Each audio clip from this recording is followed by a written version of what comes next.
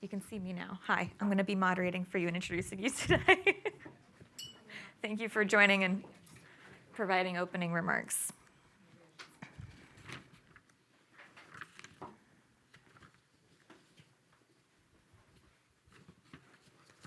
All right. Well, thank you guys for joining us today. For those of you who are not familiar, New Lines Institute is a independent, nonpartisan, nonprofit think tank in Washington, D.C.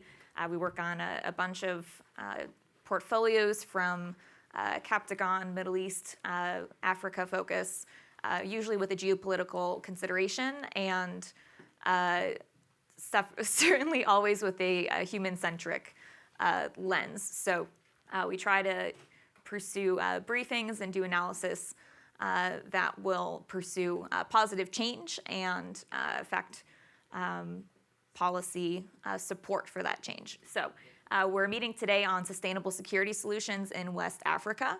We have a couple of great panels.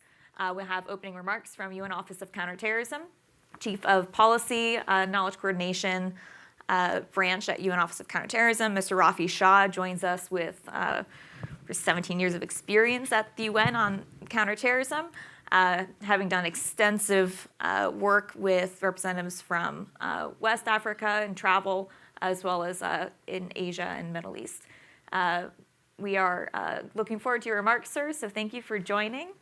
And we'll offer time for one question if we have at the end of opening remarks and move on to our main panel. Mr. Rafi, would you like to talk to us about strategic security challenges in West Africa and where UNOCT and yourself with your experience, where you see the threat of terrorism in West Africa right now? Thank you very much, Tammy Placius, and for your organization. This is a good opportunity. Many a time we come to Washington, D.C., and one of our key objectives is to inform diplomats and think tanks in D.C. about what United Nations is doing and what are the challenges we are facing in different parts of the world. Counterterrorism, as you know, is not a easy issue. It's a multidisciplinary problem. There are so many issues which intertwine and make things complex sometimes and sometimes less understandable. But West African situation is, I would say, one of the most concerning and complex situation at this time in the world. I have divided my remarks in two parts, just sharing this with you just to set the context. First, I would share with you what is happening in the region very briefly, what United Nations and Office of Counterterrorism are doing in the region. And then I have a few off-the-record comments, or you can say observations, which I would like to share with you. And after that, we can have some Q&A if needed.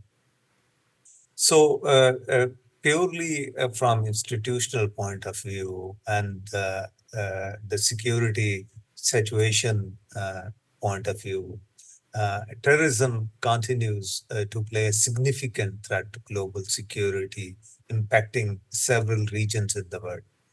However, its impact in Africa is particularly concerning and devastating. You look at West Africa, Central Africa, Eastern Africa, even Southern Africa, you will find so many real pain points, not only for the regional countries or for Africa, but the world also. The United Nations Secretary General, in his recent report on the threat posed by Daesh, noted that situation in West Africa and Sahel is deteriorating and becoming more complex, with Daesh affiliates exploiting vulnerabilities in the region and political security landscape. Violence perpetrated by these and other terrorist groups, as well as rivalries between these groups, continue to undermine peace. The magnitude of violence in West Africa could be understood by the fact that globally almost half of all deaths from terrorism in 2023 were in the Sahel. There is a serious risk that these groups could create a vast area of instability, stretching from central Mali to the borders of Nigeria, um, uh, should they continue to enjoy operational, financial, and logistical freedom they have today. Terrorist groups in the region have also sought to expand their influence, including into northern parts of Gulf of Guinea countries. Terrorism in the region is often intertwined with ongoing conflicts with Al Qaeda and Daesh affiliates, exploiting and aggravating intercommunal tension and local grievances operating across national borders and rendering conflict resolution more difficult. Groups such as Islamic State in the West Africa province continue to raise funds locally from criminal activities, including kidnapping for ransom, extortion, illegal gold mining, and cattle and livestock rustling for their activities. Transnational criminality, including illicit networks, undermine state authority. They fuel violence and they impede development and economic progress in almost all parts of West Africa. Meanwhile, some countries in the region struggle with different forms of unconstitutional changes of government, which risk undermining peace and security efforts, perpetuating a cycle of instability, which is then exploited by terrorist groups and their affiliates. Ladies and gentlemen, we can't address these challenges without clear preventive approaches. The UN Global Counterterrorism Strategy affirms that terrorism cannot be eradicated solely through military force, law enforcement, or intelligence operation, but rather through comprehensive and sustainable efforts that are grounded in human rights and rule of law.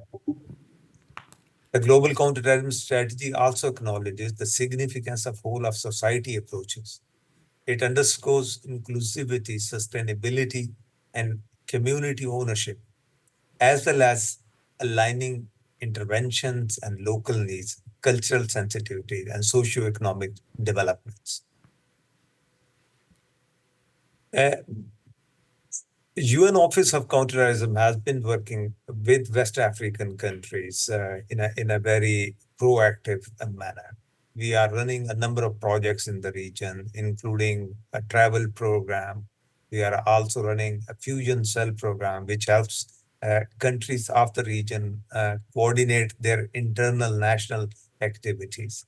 We are also running a program on border security. We have an office in Rabat, Morocco, which is helping West African states in a big way. This is a kind of training center where we take African security officials and other officials for training on a number of issues. We are also running a program with UN Office of Drug and Crime and IOM in West Africa to address some of the related issues. But I think all these things, all these factors, which I very briefly flagged with you, are what is there, what is the landscape. But the main question of today's discussion, how to plug gaps in West African security in a sustainable manner, that still needs to be addressed. And in that context, I have few off the record comments. I would request that you keep it for research and academic purposes. Don't take it as a kind of political observation or UN views on this issue. So from that point of view, you might not find me very optimistic. And when I say I'm not sounding optimistic, then I basically mean that I'm not recommending short-term measures to solve the puzzle. I think this little bit of pessimism basically triggers a more medium-term and long-term approach to address sustainable security issues of West Africa. And there are five key challenges in that context. The most important challenge at this stage is geopolitical. With the withdrawal of African Union and French forces from West Africa, a gap was created, a security support gap was created. As you know, no gap remains unplugged. So there were other forces which came into the region, and the overall pressure of these geopolitical changes led to the collapse of coordination within ECOWAS. One of the main casualty of those geopolitical changes was collapse of G5 Sahel Task Force on counterterrorism. This was a task force of 5 countries which was very proactively fighting with terrorist organizations and groups. So I think until and unless this geopolitical challenges is addressed in a way that all the key stakeholders take a multilateral approach, sit down on the table, discuss issues with each other, probably we will be far short of a sustainable solution. Second point in that context, which I want to make, is fully functional state institutions. I won't say that there's a lack of fully functional state institutions. I would say that the current state institution need quite a bit of support internally from the political leadership of those countries, and then with capacity building partners around the world, they need to develop some programs whereby capacity of state institutions dealing with some of these critical issues is enhanced. One thing which I have personally observed through my travels in many parts of the world, and especially those countries who are challenged by terrorism, is the middle tier management in many of the state institutions. You go in Asia, you go to Africa, you go to other places, wherever there is a challenge, there is a situation with very huge, with a huge counterterrorism challenge, you will see that capacity of middle tier management, which is responsible for day-to-day planning, implementation, execution, analysis, that is limited. And I think for sustainable security, that is the second issue which needs to be addressed. Then third question which I want to flag is regional cooperation. Currently, as I mentioned under the first point on geopolitics, the sub-regional cooperation or regional cooperation in the region is somewhat dysfunctional. And why I would say is that the relationship between African Union, ECOWAS, African Union in Addis, ECOWAS in Abuja, and coup countries, countries which recently had military coups, that is not functioning in a way that the threat of terrorism could be challenged in an effective manner. The fourth point, which in this context I want to flag, it's youth engagement and economic opportunities. Many of these countries in West Africa, 65% of the population is under the age of 30 years. And with that big young population, where basically people are coming into the market with their limited skill sets, when they don't find job opportunities, economic opportunities, they don't find environment conducive for small businesses, when they see rule of law challenges, for them to start a new life becomes pretty crazy. And in that context, terrorist propaganda is very effective for them to entice people to their programs. Daesh, Al Qaeda, Boko Haram, many other actors in that region. They have been using these deficiencies and challenges in their recruitment processes in a very systematic way. And finally, final observation which I want to share in this context is respect for rule of law and human rights. You all very versed with the word, and from counterterrorism point of view, we have not seen a country where rule of law was effective and that country was unable to manage terrorism.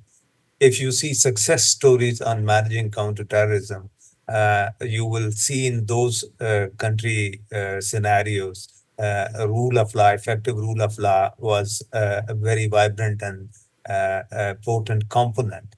So if you just if you look at it from other point of view, the countries who are suffering the most, they have weakest rule of law mechanism or institutions. This is a very long term remedy which I'm flagging, but at the end of the day, there's no shortcut to that. Any system, any place where rule of law and respect of human rights is missing, that social environment that could be exploited by any naysayers. So I very briefly wanted to share these 5 observations with you because all of these critical factors are present in West Africa. None of them could be addressed in a short-term manner. And for mid-term and long-term measures to address these challenges, more resources are required, more expertise are required, more cooperation is required, and you could guess what is the state of these 3 elements in that broader context. In conclusion, let me reiterate that the strategic security challenges facing West Africa demand concerted and sustainable efforts from governments, regional organizations, and the international community. By addressing governance deficit, promoting inclusive developments, and strengthening security cooperation, the region can confront the threat of terrorism and build more resilient societies. I thank you. Thank you, Mr. Shah, for some incredibly insightful and I think very honest observations. It's not often that we get that honesty, so we very much appreciate it, and that's certainly in addition to additional resources, cooperation, and some more targeted and extended expertise, I think, is also part of the solution. So we thank you for your remarks. I incredibly just agree with so many of your comments, but I do want to just point, we won't have as much time for Q&A, but if there are people online, we had a good 90 RSVPs, so those online, if you do have questions, feel free to put it in the chat. We can try to address them in email after the event, or those come find us after in the room. But I think just one comment, if you don't mind. I know that April 22nd and 23rd, Office of Counterterrorism at the United Nations is putting on a high-level counterterrorism conference with Nigeria. And just wanted to maybe see if you could share what the objectives of that conference might be. So we are organizing this conference with the government of Nigeria on 22nd and 23rd of April in Abuja. And, this is part of a process. We are calling it Abuja process. It started with a ministerial level meeting in New York in September last year. And we will have other events after this Abuja conference. In Abuja conference, there are about 30 countries from different parts of Africa who are invited. Due to space limitation, Nigeria was unable to invite all of them. But the president of Nigeria some other very senior officials from the region will participate in this conference. And objective is manifold. One, we, as I was mentioning, we want to trigger a very, very clear understanding of the threat landscape in Africa, especially in West Africa. Secondly, we want that this conference and the participants should focus on what are the really low-hanging fruits from prevention point of view. What are the actions which could be taken to stem the flow of terrorist activities, including addressing conditions which are conducive to spread of terrorism. And number three, we are looking into building capacity, which are the areas which require immediate cooperation or collaboration with partners, and what are the real gaps as far as capacities are concerned. And finally, we also have a segment with international partners. The US government will be there, British government will be there, all P5 countries will be there. We are also inviting some key donors from other parts of the world, including European Union. And the objective is that while we identify capacities, we should also look into ways to plug the gaps through resource mobilization.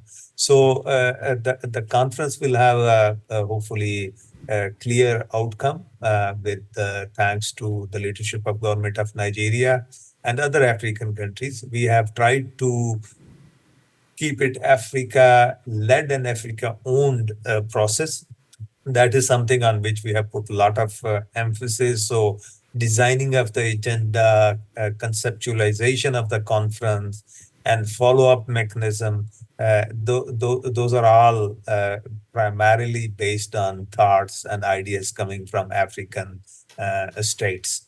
So we hope to achieve these objectives, and maybe another occasion, I will get back to you and update you with the outcomes. I think I can speak for all of us. We would love to hear those updates. Thank you so much for your remarks, Mr. Shah. You've definitely started our conversation with a lot of structural comments, starting from geopolitical, but also getting into some of the more regional and intrastate opportunities for sustainable solutions. And I welcome continued updates if you have them. Thank you so much. And we're going to move on to outlining one of Mr. Shah's points, which is on the clear outlining of the terrorism threat. We're going to have Jason Werner joining us virtually.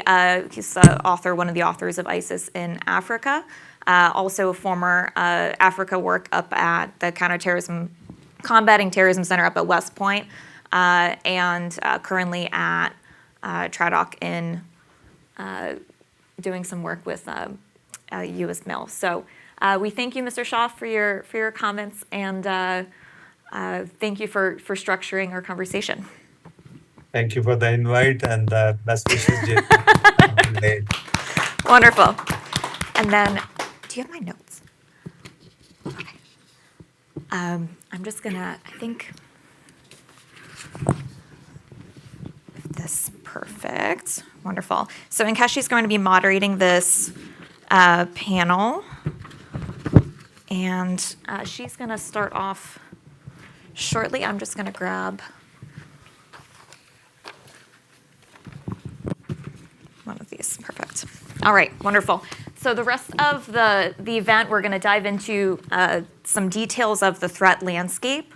Dr. Jason Werner will be providing an overview of the status of terrorism around the world, as well as across Africa with a focus on ISIS. I'll be diving into some of, there's an embargo copy here of work on Al-Qaeda. And then we'll have a main panel with hybrid participation with civil society in West Africa, some real leaders in the space who've been working and doing programming, research, briefing, engaging on this for over a decade, each of them. So we're really, really thrilled to have them join from West Africa, afternoon their time. And then we'll have closing remarks from a representative from the Embassy of Togo, which we're really excited about. So if tech is good, I'm going to hand off to Nkechi. Nkeshi's joining us as a project assistant with the Priority Sustainable Counterterrorism program. So we're thrilled. Thank you so much, and good morning to everyone. So today's discussion, this portion of the panel rather, will delve deeper into critical aspects of global security, the terrorism threat in West Africa, and we're going to navigate through this complex terrain with our esteemed panelists that bring a wealth of expertise and experience to the forefront. Dr. Jason Warner, who will be joining us virtually, is a research director and a senior Africa and terrorism transnational crime analyst at the Foreign Military Studies Office and brings forth a reservoir of knowledge with his extensive publications in top academic journals, amazing media outlets worldwide, and he will bring enrich our understanding of the multifaceted dimensions of terrorism. And then we have our very own Tammy Palacios. She's a senior analyst and portfolio lead for the Priority Sustainable Counterterrorism portfolio here at New Lines and a fellow at the Modern War Institute at West Point. She will bring profound expertise on sustainable counterterrorism strategies and this panel will outline the security threats and counterterrorism policy focus. And then the next and the main panel discussion will dive deeper into actionable, sustainable solutions. So I'm going to start with Jason. Is he up? Jason, can you Dr. hear Warner? us? I'm here. Okay, great. You're welcome. So I'm going to hand it over to you. And the question that I have is, can you start telling us about the global terrorist threat in Africa? Very good. Certainly. Well, thank you for that introduction. Thank you, Tammy, and thank you, Mr. Shaw. Those were really great comments to kick off, and I believe I might see Annalise in the front row of the audience from what I can see here. So it's good to see some familiar faces on the screen. So I've been given about 10 minutes, and I'm going to try to cover a whole lot in 10 minutes. And really, what I'm going to try to do here is to set the scene of sort of what's at play in terms of these sorts of security threats, particularly emanating from jihadist movements in West Africa. So I'm going to move quickly, but hopefully this is a good sort of scene setting for some of the subsequent discussions today. So to begin, I'll just note that what I'm saying is my own personal opinions, and these do not reflect anything official from the U.S. government, Department of Defense, or U.S. Army. So I believe that I was invited here because a few years ago I published this book called The Islamic State in Africa. As Tammy mentioned, I was a professor at West Point for about 6 years, where I was the Africa lead in the Combating Terrorism Center. And so when I arrived in 2016, I was essentially tasked with helping West Point and the Army understand what Al-Qaeda, but really it's the sort of newest offshoot of the global jihadist movement, the Islamic State, was doing in Africa at that time. In 2016, the Islamic State was sort of at its arguable height in Iraq and Syria, and though it was growing in its presence in various parts of Africa, the sort of landscape was disparate. We saw, provinces emerging in Egypt, in Libya, in Algeria, but no one had sort of put the whole picture together. So in essence, this is what this book does. It's available for purchase, but essentially my co-authors and I elucidate how the Islamic State, which was an Iraq and Syria-based movement, really moved to Africa and found such salience in Africa, how it spread throughout the continent, how the provinces of the Islamic State in Africa interact with the Islamic State Central, particularly between 2014 and 2019 when Abu Bakr al-Baghdadi, its first main caliph, passed. So that said, that's sort of how and why I am here, I believe, and sort of this book, which is long, and if you're having trouble sleeping, is a great way to help you fall asleep. That's sort of where I'm coming from this whole conversation as an origin story. So in this presentation, I'm going to try to cover these two main parts. So the first part, I'm going to talk about the current status of the global jihadist movement in West Africa specifically. And in part two, I'm going to talk about what I see as being some of the most important phenomena related to the future of the global jihadist movement in West Africa. So for part one, what is the current status of the global jihadist movement, particularly in West Africa? So I'm going to try to give you three takeaways because I have such limited time. And although these may seem sort of intuitive, I think it's useful as a scene setting project for this conference to make sure that we're all on the same page, or this is at least how I view things. So the first key takeaway is that Africa really is the new epicenter of the global jihadist movement. I'll talk a little bit more about these in subsequent slides. The second is that West Africa, particularly led by Burkina Faso and Mali, is the most jihadist terrorism affected region in the world. And the third key takeaway is that it's AQ's affiliate JNIM that's responsible for the majority of the recent deaths in the Sahel, right? This is sort of in contrast to the Islamic State, right? So it's really an AQ story that is really leading to this increase in deaths in the Sahel. Okay, let's take each of these one at a time. So takeaway number one, Africa really is the new epicenter of global jihadist terrorism. These are just a series of headlines that I've seen over the years where I think we're finally at the point where people recognize that it is no longer, Iraq and Syria or Afghanistan that are the primary hotspots of terrorism. It truly is an African story. You can see here this one sort of headline from the CTC Sentinel. My co-author Tricia Bacon, who's a professor at American University, and I wrote an article in 2021 where we sort of though people were kind of talking about it, we kind of really made the claim, I think somewhat forcefully, that Africa really was the new epicenter of global jihadi terrorism. In 2021, in September 2021, we got some pushback and people said, no, this is, some stuff is happening there, but it's still an Iraq and Syria and Afghanistan story. I think today this is indisputable that this is really the case. This is really sort of becoming more and more evident by the day. The Global Terrorism Index of 2024, which was released about a month ago, had this quote, which I think is really sort of telling, that in 2023, right, the year of the past report, Africa's Sahel region alone accounted for more than half of all global terrorism-related deaths. Right. So it is not only an African story, it's not only a West African story, but the locus of transnational jihadist terrorism and terrorism in general is in the Sahel. Just as a sort of very brief visualization for those of you who aren't aware of the African Center for Strategic Studies, which is a DoD funded think tank, I mean, this is just a visualization of the trends in militant Islamic group activity in Africa from 2014 to 2023. We've all probably seen visualizations of this sort, but I think it really helps to, again, as we're setting the scene, to make sure that we're all sort of aware of the precipitous sort of rise in terms of events that were, call it 2,300 in 2014, and roughly 6,500 in 2023, right? Second takeaway, as we're sort of setting the scene, is that West Africa, and really the Sahel, led by Burkina Faso and Mali, is the most jihadist terrorism affected region in the world. Again, this is a visualization that I think is really helpful to wrap our minds around what's at stake here. So this is how deaths by terrorism by country occurred in 2023. Again, from the Global Terrorism Index. Here, this is from the most terrorism afflicted country to, well, these are the top 10, right? And so here in red, we see Burkina Faso being the country with the most deaths by terrorism in 2023, with 23% of all global terrorism-related deaths.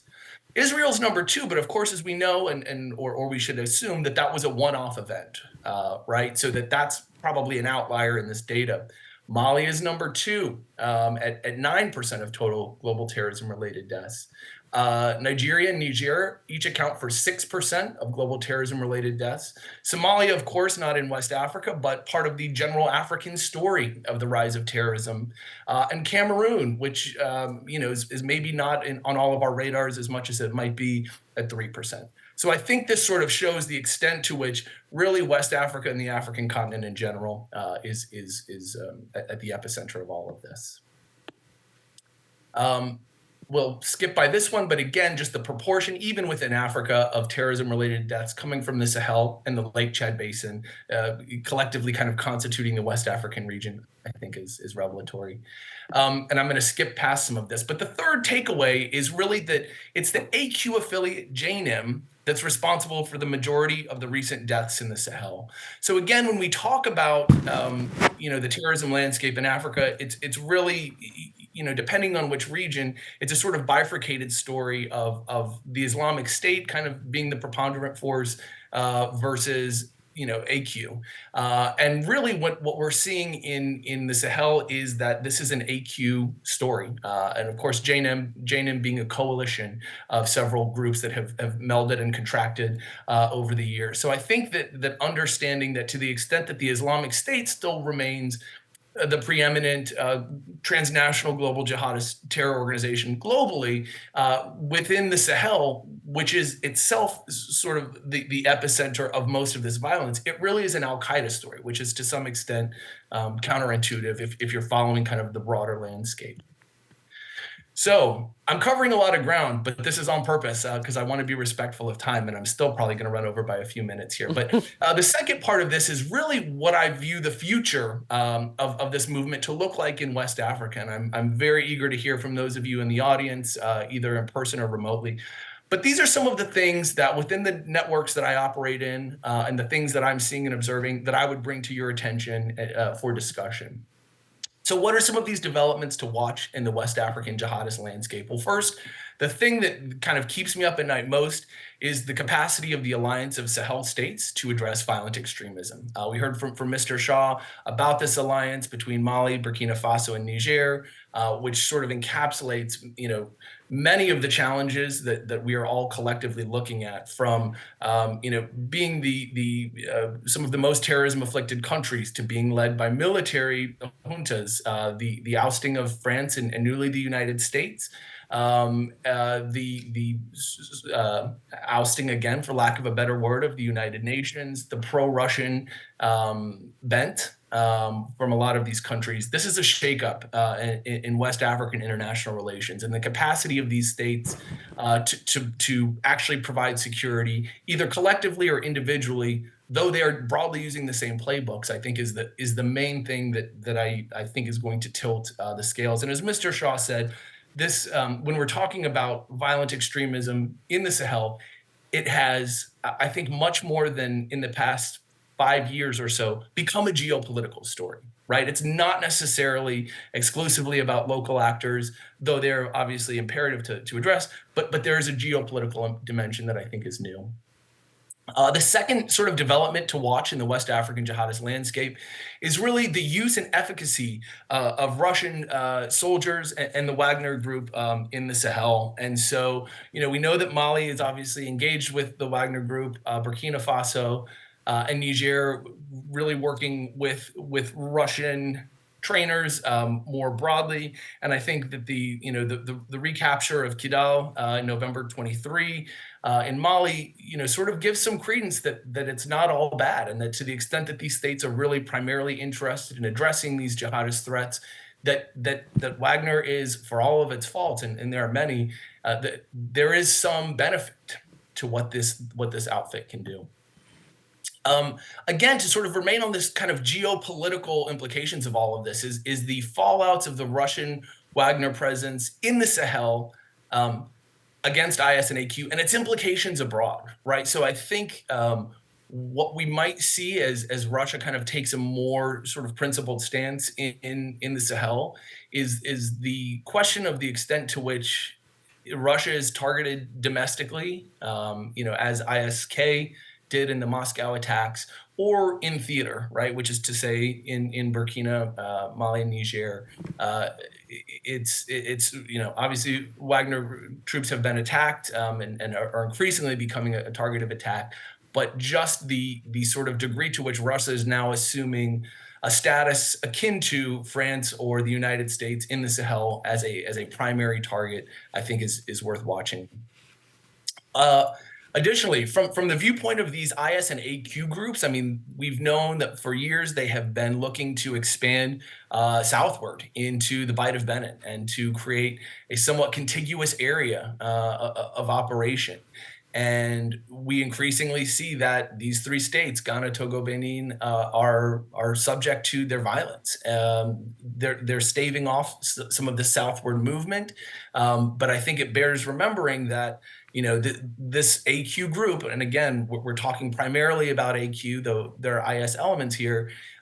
These AQ groups originated in Algeria, and they have proven their ability to move southward. So they've already moved southward in the course of over a decade, more than they would need to move to really kind of create this contiguous area. So the extent to which these states that were always sort of assumed to be insulators can remain insulated from this violence is important.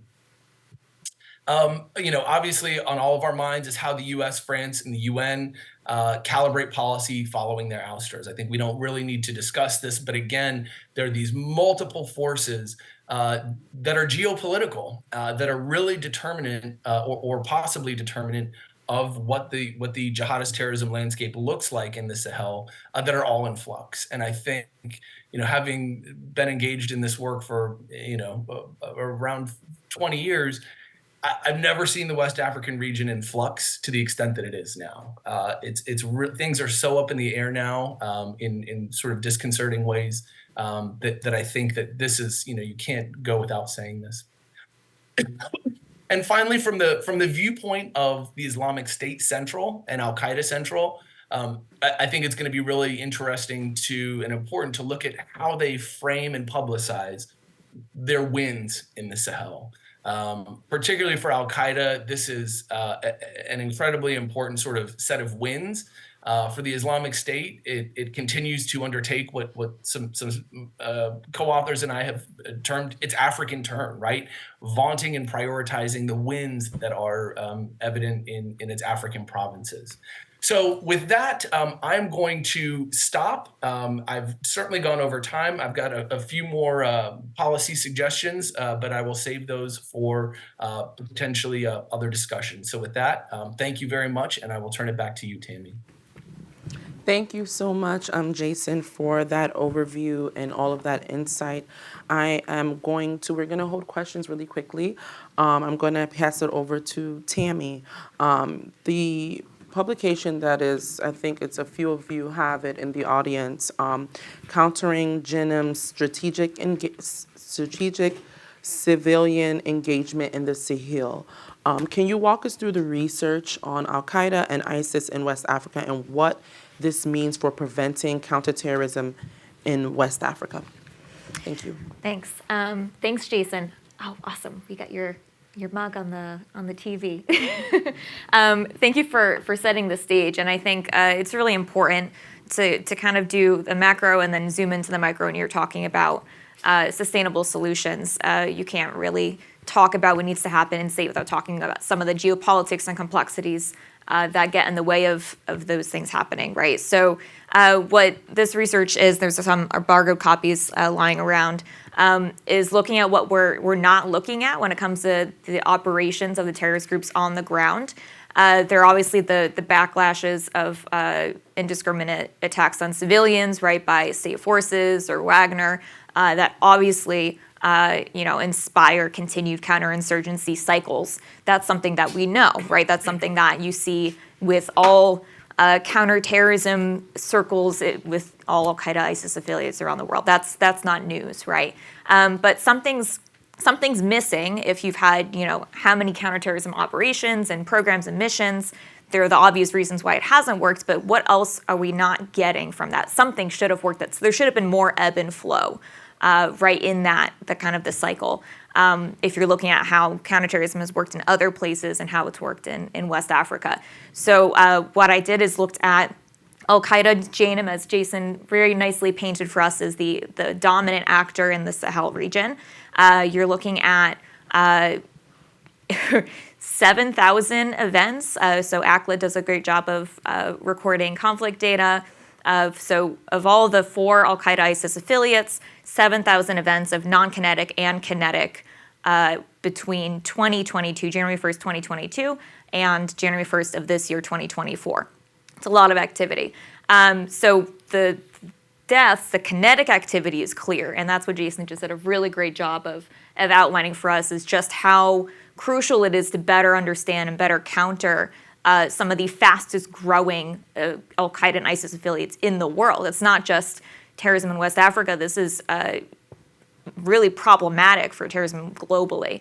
They're the fastest growing in territorial expansion, as well as in capabilities and profit. So when you look at the operations of the group, we do a really great job as terrorism analysts to look at the kinetic. That's clear to us. That is a clear terrorist activity, right? You look at counterinsurgency, you look at ambushes, you look at horrible events like a group, implementing Sharia law and then going ahead and beheading people that don't comply by those rules.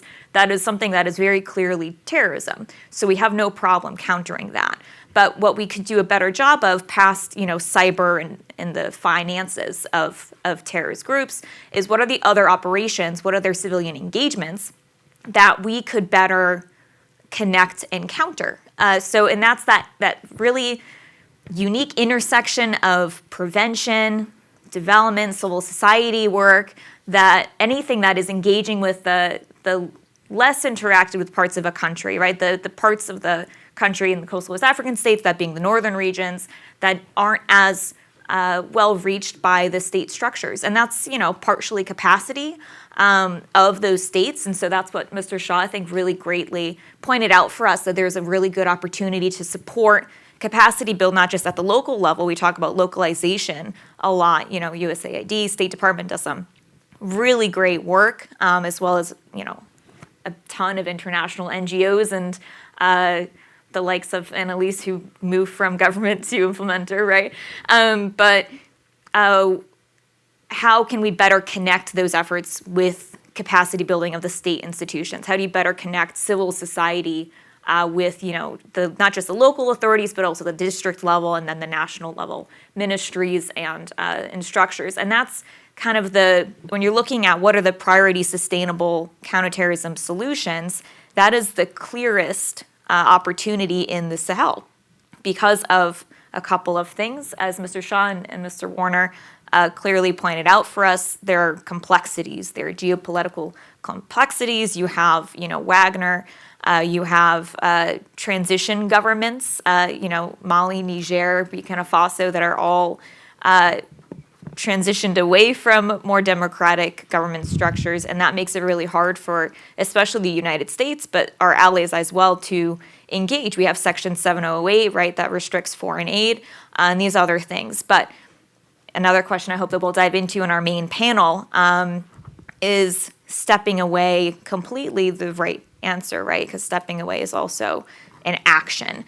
But what this research is basically that JNIM has a clear civilian engagement strategy that is non-kinetic. So that means that there have been abduction release incidents. There's kidnapping across West Africa. Boko Haram is being the most notorious actor for those incidents. ISWAP, JNIM, and ISGS also abduct, and then you have your militants and your bandits that abduct for ransom, right? It's a profit option in the West Africa criminal space, in addition to the terrorist landscape. But JNIM particularly has capitalized on this strategy for their territorial expansion purposes. So they do it for profit. They do receive ransom from some of this activity, but it also very clearly outlines the map of their abduction and release events precludes their territorial expansion as a group. And they abduct for reasons of information. They will, abduct someone and find out who the key people in a town are, and those are the people of influence that they'll then,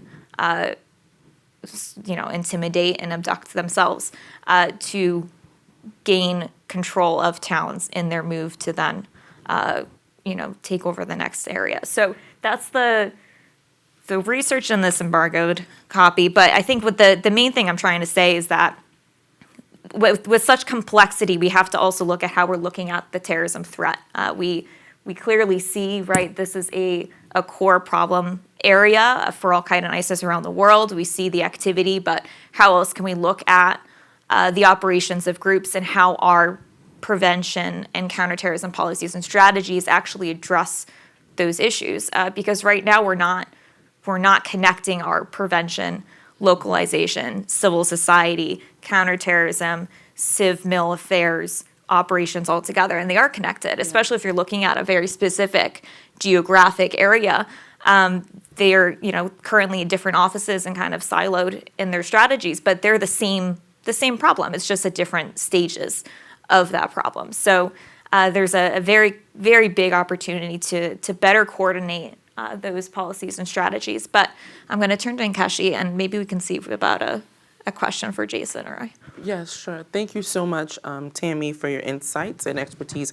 We're going to hand it over to the audience. If anybody has a question, you can just raise your hand for either Dr. Warner or Tammy.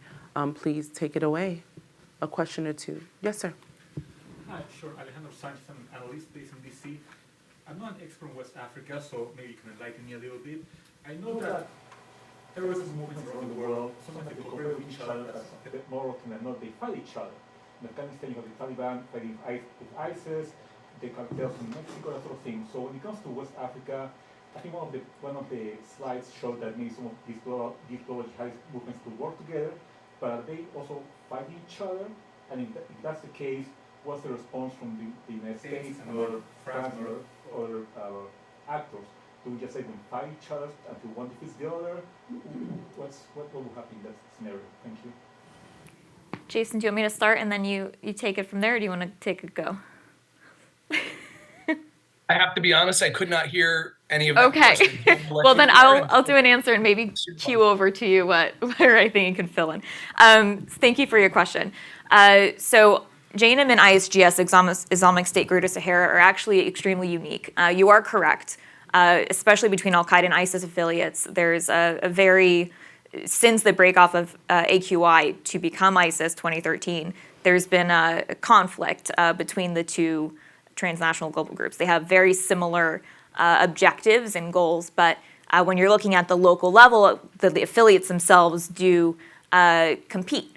And JNIM and ISGS actually are a very unique story in that they had a period of unique collaboration in the Sahel, which is not seen between Al-Qaeda and ISIS affiliates. That actually just ended late 2019, where the groups, after coordinating and kind of gaining the ground that they needed to both have a playing field to operate off of, began competing again, and you see kinetic clashes between the groups as well as state, obviously, counterterrorism efforts with both ISGS and JNIM. When you're looking more at the local level, there's some really interesting, when you're looking at non-kinetic activity, also each group, so JNIM will, for example, do road checkpoints, take people off a bus or just stop people, check IDs. They're looking for people affiliated with, state security, police, gendarme, but they're also looking for ISGS supporters who they have, found information of. They're looking for certain people, and they will have obviously a targeted, very lethal response to people that support or even provide information to ISGS. So when you're also looking at our next slide, we're going to dive into civil society, where some of these local sustainable solutions, that's a problem that has to be considered by, U.S. or any foreign donors or engagement, is what is the relationship of civilians to information sharing, cooperation, any programming at the local level. If you're in a northern region of one of these countries and you're not being protected by state security, you're relying on kind of local security structures, civic security institutions, then who's protecting you if you do the right thing, right, and share information on a terrorist group? Who's protecting you from the assumed backlash, death of sharing that information? So that's my 2 cents. But I think, Jason, if you could glean from that what the question was. For the purposes of opening it up to more questions, I think that was a great overview. Do we have any more questions? Yes. Yes, please. Yeah, Mike Tages, Alliance for Peace Building. The Global Fragility Act, which was passed 2 years ago, but it's a 10-year initiative. requires, and Congress required that a strategy be produced, and what was just released for Haiti, I've looked at that one. I have not looked at West Africa. West Africa as a region is identified as a priority region. So I'd like to get your thoughts on, are they heading in the right direction, and what suggestions or improvements might you recommend? Jason, for thoughts, that was a question on Global Fragility Act on a question of if we're in the right direction and what maybe your counterterrorism thoughts could be for that. I have to be honest, I have not tracked the progress on the Global Fragility Act. I would not feel comfortable sort of assessing that, so I will defer to you. Okay. Thank you for the question. It's a really important one. And I think it's one of those operating within existing policies and programs is a way to move forward quicker, right? So Global Fragility Act being a very obvious and great example of a policy with a lot of potential and a lot of work that's been done to move it in the right direction in terms of connecting local development work, civil society with prevention of violent extremism and terrorist engagement. I hesitate from saying radicalization because the pathways of engaging with terrorist groups in West Africa are not clearly just radicalization for ideology or for reasons of grievances or socioeconomic disparity. Those are two very clear reasons, and there's a UNDP Pathways to Extremism report that came out 2023 that does a really great job of outlining all of that, those two pathways. But there's also just the pathway of you're a civilian that lives in a town, who this is the group that has access and control over your movement and your services and your safety, right? So not complying is the reason why they might comply. But for Global Fragility Act, the coastal plans, they come out for the region. That's one opportunity where that could be improved is it outlines marginalization and kind of those two pathways as the main reasons or the main pitch to Congress for what's being disrupted by prevention work. So outlining clarifying some of that would be a great way. But they're on a good path. They have a really great system, the Secretariat, GFA Secretariat, of engaging with the civil society. You know that as Alliance for Peace Building member. So maybe just making sure that is continued through the finalizing of the country plans, and not just they do some really great work on MEL, right? And they've done a lot of work from the past couple years, but continuing that for the finalization of the country plans and also involving West African civil society, I think is really important to make sure that it'll actually be successful on the ground, right? What are we missing? What can be better captured? Thank you for your question. Thank you. Do we have one more question? Yes, please. No.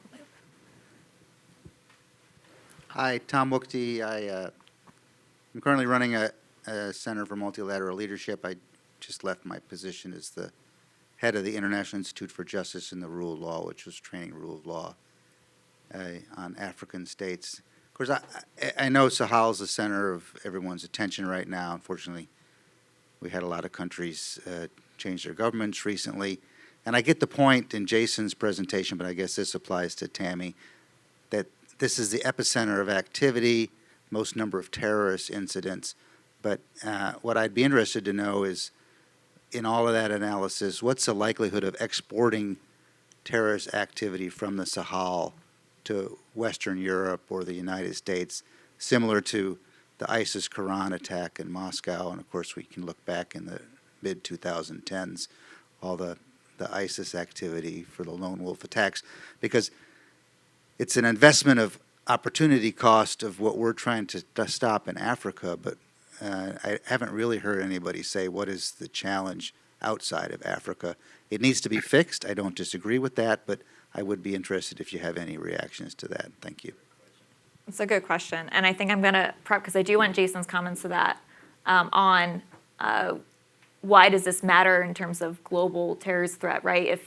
If West Africa, and we know that the Qaeda and ISIS affiliates, for the most part across Africa, do not have a Western target, why does the U.S. care? Why does Western Europe care? And that's the brash way of saying it, but it's what policymakers think. So I think Jason does have, I think, a 2 cents on how this affects, or what are the threats of this going unabated for the global terrorism threat and then also threat to the West? Sure. No, it's a fantastic question. I could actually hear that one. So yeah, glad to respond. No, I mean, so when we have talked about sort of the extent to which the United States should care about AQ and IS's rise in Africa, this is sort of the crux of it is, sure, it's really bad. You know, why does the United States care? And to your point, what we do not see is really either the will or the capacity for particularly the Sahelian-based groups to attack outside of their areas of operation. And I believe this was even in, I want to say late 2023, one of the leaders of JNIM came out with an explicit statement saying, hey, we don't care about attacking France. This is irrelevant to us. If you think that what we're trying to do is attack Paris, you're missing our point. We just care about what's going on locally. So we will attack France locally when they were still there. We'll attack the UN locally. We'll attack Wagner locally. We don't care about exporting our terrorism outside of our borders. And so particularly in the Sahel, Al-Shabaab is a different story. Obviously, Islamic State Khorasan in Afghanistan and Pakistan is very eager to export its terror. In the case of the Sahel, others may disagree, but that is the exportation of that violence is not the threat we should care about. Really, the primary reasons that the United States should care about it is, number one, we do still have citizens, government staff, military in these areas of operation that are, potentially subject to violence within the region. But secondarily, I mean, we have a real interest in ensuring that West African countries collectively remain somewhat stable to the extent that they can be. And so, it is in nobody's interest for Burkina Faso to be, on the brink of failure. It's in nobody's interest to have Mali in that same situation. So it's not about, protecting citizens in the homeland. It is far much more, the ability to maintain some degree of semblance, some degree of stability in the region and ensure that partner countries remain stable. That stability is a really great point, and that's definitely Western Europe's focus, right? You're looking at migration, you're looking at stability of a region, but I do have a counterpoint or a counter thought on that, and that the viability, the strength of any Al-Qaeda or ISIS affiliate, in that it being rooted, and that its capabilities and that its structures are strong, definitely have a effect on the global threat. Because if you're looking at there's a difference, right? Al-Qaeda Central and ISIS Central aren't what they used to be, but you still have a network. You still have, obviously the most obvious being the propaganda, the magazines, right? You have global messaging.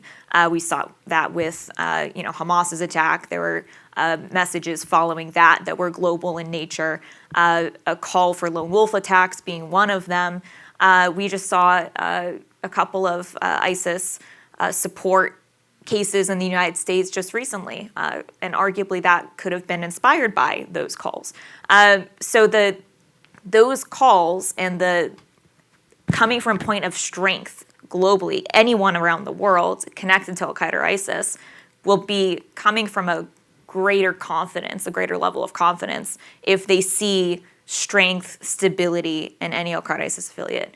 Whether that affiliate itself is going to attack the West doesn't really matter. It's the vibe, the strength, and the perceived success of any is a success for the whole. And so when you're looking at especially a shift in terrorism to lone wolf attacks and ideologically inspired, and these calls having an effect for both Al-Qaeda and ISIS. We've seen court cases of Al-Qaeda and ISIS support in the United States recently, as well as obviously Western Europe's at a higher physical terrorism threat than the U.S. is, but those are both huge problems. And they're not going anywhere. So Al-Qaeda and ISIS do still exist as networks, even if the structure of their networks isn't as cemented. And JNIM is uncontested at this point. If you're looking at Al-Qaeda or ISIS and their perceived success of JNIM, JNIM is succeeding. They have not been affected by counterterrorism. They have lasting territorial control. They're en route to the likes of Al-Shabaab that is so cemented that our U.S. counterterrorism efforts aren't, we have waves of our military successes, but we've kind of focused on our prevention and our exit programming because of just how rooted al-Shabaab is into the local geography. And so JNM has the potential to have that outcome if we don't mitigate that territorial expansion and their cementing into the locale. But I think we're at time, so we can move. Well, thank you, Dr. Warner, for your insights. Thank you for joining us today. Thank you, Tammy, as well for joining us.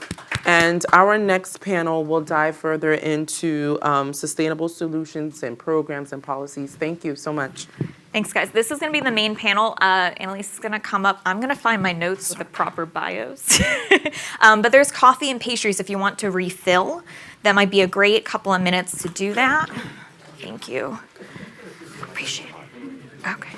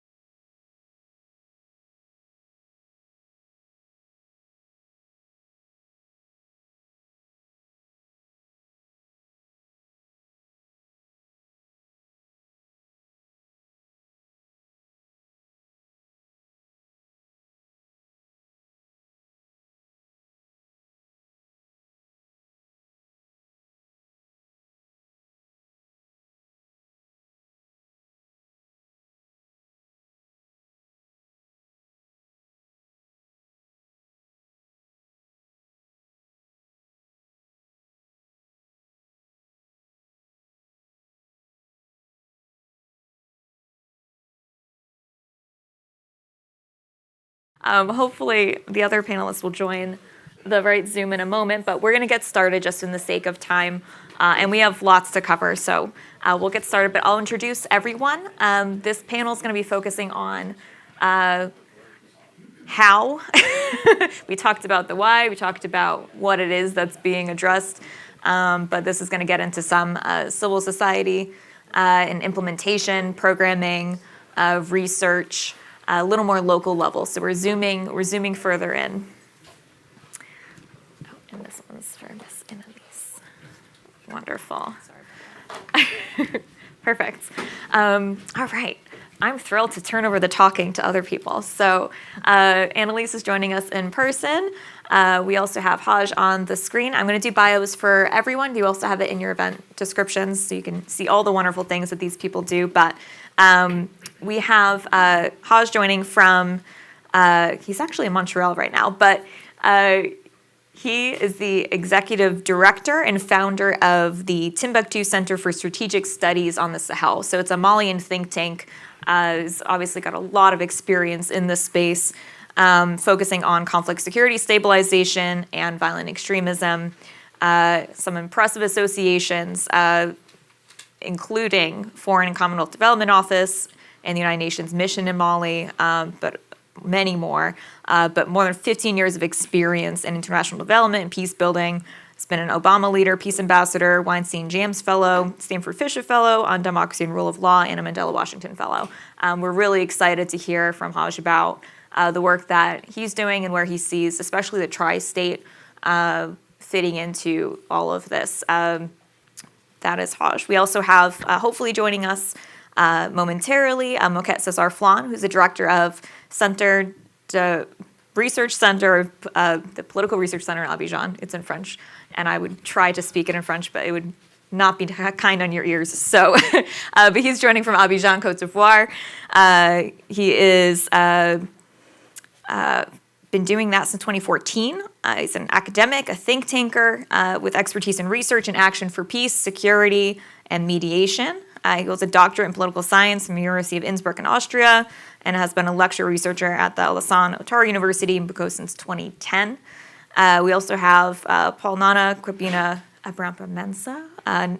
Mr. Nana joins us as the program manager team lead for security, sector governance, and local and urban governance at Center for Democratic Development in Ghana. CDD is the home of the Afrobarometer, which was so successful that it then flew off to become its own entity. So CDD is some really great work in Ghana, especially on electoral violence and just in-state stability. But hopefully he will join us if we can get past some tech issues. His focuses are on security sector governance and reform, local urban governance, election-related violence, cross-border crimes, political vigilantism, and communal violence. His consults are many, but include the African Union, UNDP, the National Peace Council of Ghana. He's a fellow with the Hague Academy for Local Governance at The Hague in the Netherlands, and also a fellow with the Woodrow Wilson International Center here in D.C. And in person, the lovely lady, Annalise Bernard. Some of you know her. We all love her. So she comes from government and is now in the civil society implementation space. So formerly with the Bureau of Conflict Stabilization Operations in Niger, and in the founder and director of Strategic Stabilization Advisors, as well as heading up research and programs for a Netherlands-based NGO, ELVA Community Engagement, of which you've done some really great reports throughout a lot of this work, but focusing on preventing and countering violent extremism, stabilization, DDR, security sector reform, and definitely a lot of experience on the ground in West Africa as well as other parts of Africa. And we're really pleased to have you in person, and we're really pleased to have those online. So we're going to get started. Well, actually, would you like to start or would you like Haj to start? Haj and I actually had a nice little chat yesterday. I think Love you should go this. first so we can frame our conversation back to back that way. It's great when you have conversations and they're like, yeah, we know each other, we're friends. I'm like, oh, that's great. Okay, so Haj, if your bandwidth allows, camera would be great, awesome. We're gonna have you start off this conversation. We're talking about programs and policies, preventing and countering violent extremism, and what is your experience? What do you see? What kind of key points, remarks do you want to share with us on this topic, especially, being a Malian-based think tank and the tri-state, the transition government being a kind of a key a contending issue that we all would like to wrap our heads around and move forward in a more sustainable manner on. So I'm going to turn to you for your remarks. Yeah, thanks so much, Tammy, for this amazing panel, and thanks for the previous speakers. So, as I said, my name is El Hadji Tay, native from Timbuktu, Mali. So, my own journey started in violent extremism since 2012, when Islamist militant linked to Al Qaeda in the Arabian Peninsula occupied my homeland, Timbuktu. I started as a grassroots researcher, understanding the root causes of violent extremism. After that, I joined a lot of international organizations like the United Nations Mission in Mali, and then move all the way to policy level, where I have been working with the Foreign Commonwealth and Development Office, UK Embassy in Mali, leading a £6 million stabilization projects across the Sahel region of West Africa, mostly Central Sahel, Mali, Niger, and Burkina Faso, and the Lac Chad Basin regions. So, as a grassroots think tanker, my key comment will be on the importance of how to engage, grassroots civil society organizations, think tanks across West Africa in terms of designing programs, projects, policy projects across the region. And the gap I understand is that most of the time, traditionally, most of those program projects to counter terrorism, to strengthen governance, or even humanitarian aid, sometimes they don't address the root causes, and sometimes those organizations or government don't work with right people. So I work on the ground, and I want to bring this ground truth, whereby there is a disconnection between the indicators that are designed by some donors, some government, and then the users, the grassroots communities. So it's really important to work with grassroots think tankers, civil society organization, to understand the local context, and then developing program across the Sahel. So I will pass to Annalise, as she has the same experience like me, working with the U.S. government, and then now a civil society organization, to add on my comment. Over to you, Annalise. Thank you, Elhaj. So we had the chance last night to actually pre-cook some of our remarks and really think through what were some of the more salient points to bring across in this conversation. There's a lot that can obviously be said, but there are some real things that, in my opinion, stand out. One of them being that, as Haj said, a lot of times these programs might be designed with some influence by our African stakeholders in these countries. They will have an element of localization.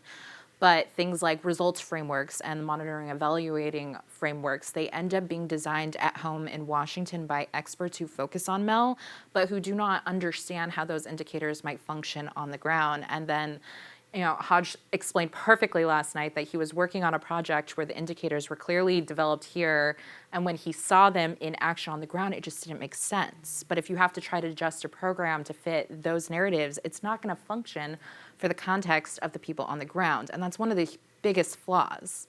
The other one that I really wanted to bring up, and I do have 3 big points that I think all intertwine, is that this is kind of a stale argument at this point. It's been said many, many times over, but there is not enough coordination. And I'm only going to speak for U.S. government here, although I can also somewhat speak from my experience with other Western European partners. But within USG, there is simply not sufficient coordination across the interagency. our humanitarian programs on the ground are consistently operating with a consistent process, but they do not then speak to the stabilization efforts that are underway in these countries once we deploy a significant security and PCVE response in a country. And that, in my opinion, kind of creates significant fissures that just do not translate well. Another thing that El-Haj and I discussed yesterday was that there seems to be this take in the Sahel states right now, particularly as Western influence is critically waning, that the U.S. never listened to the partners on the ground, that we weren't really ground truthing our programming and what the civilian population needed, and that we were only addressing the needs at the national level in terms of institution building and security partner force capacity building. And I commented back saying, unfortunately, that's not true, because there's millions and millions of dollars being pumped into humanitarian and development and localized governance, civil society capacity building work that has been going on long before a lot of the counterterrorism mechanisms were deployed. The problem is, and this is where we both agreed, is that those trains of efforts continue to move undisrupted in many ways and do not kind of link back to the fact that the U.S. has changed path, that we're not there to just do neutral deployment of humanitarian assistance or governance by any means necessary, of which I also have a few problems about, and I'm happy to discuss those in terms of the NGOification of West Africa. But as a result, and I think Niger is kind of a perfect example right now. We're on the cusp right now of potentially losing a critical partner that we've invested millions, if not honestly, almost $1 billion in the past decade. Definitely. In terms of security capacity building. And yet the humanitarian and the development work doesn't seem to necessarily be impacted by the fact that our political influence is kind of being shut down entirely. And it makes us look like we're speaking out of two sides of our mouth. It doesn't really line up. It doesn't make sense. And as a result, I think what ends up happening is that the local population is not seeing the effects of these NGO programs, which are largely humanitarian in places like the Sahel, the least developed countries on the face of the planet. So we need to come up with a single message. The Sahel strategies, in theory, were always supposed to do that. Unfortunately, they usually fall short of being able to do that, really.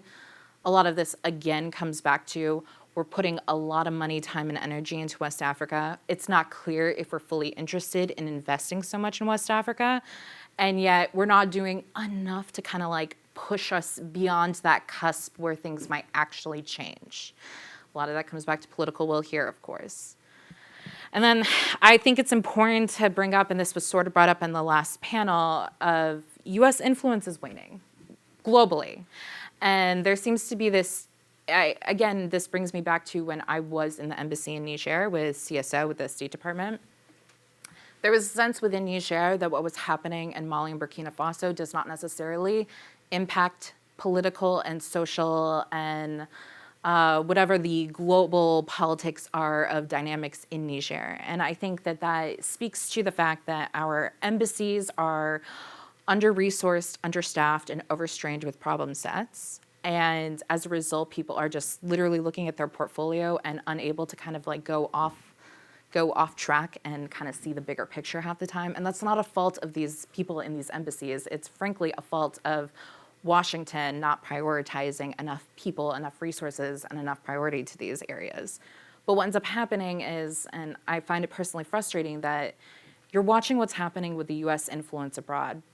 Particularly post our pullout from Afghanistan, one could argue that U.S. foreign policy is definitely on the descendant, while our global competition is arguably on the ascendant for variations of what they are manipulating in strategic communications right now that frankly are not true. They're promising autonomy when really what we know is that's not true. Right.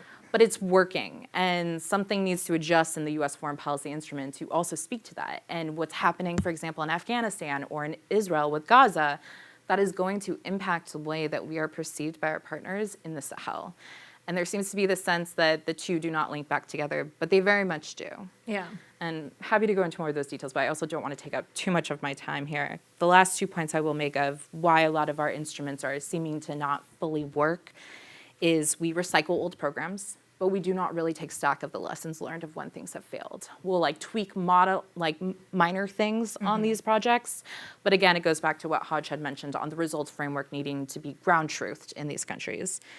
And as I just mentioned, the humanitarian development work that is sufficient in many ways needs to be very much messaged as hugely complementary to the broader stabilization efforts. But if US aid missions continue to operate in this silo, I think it damages, broadly speaking, US influence abroad. I think we can dig into that in definitely a moment. But I think something that Haj mentioned, and then you kind of riffed off of it, it's very clear you spoke yesterday, is this topic of great power competition we actually haven't brought up yet today.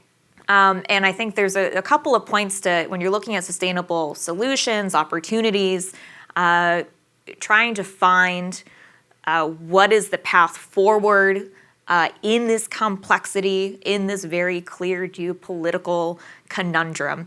And I think part of that is two points of understanding. One is that Wagner, now, what do they rebrand themselves as? Africa Corps. They're still Wagner. Wagner. They've vocalized. Same guys. Same guys. Yeah, right? They took a page out of. Anyways. I don't want to say that on recording. So Wagner is that's part of great power competition, obviously, where you have Russia as the state, you have Putin as its master, you have Wagner operating for connected, but also their own reasons, obviously driven by profit, their relationships where they offer security and they engage in counterterrorism, support counterterrorism, allegedly. They don't actually help the problem, guys, just so you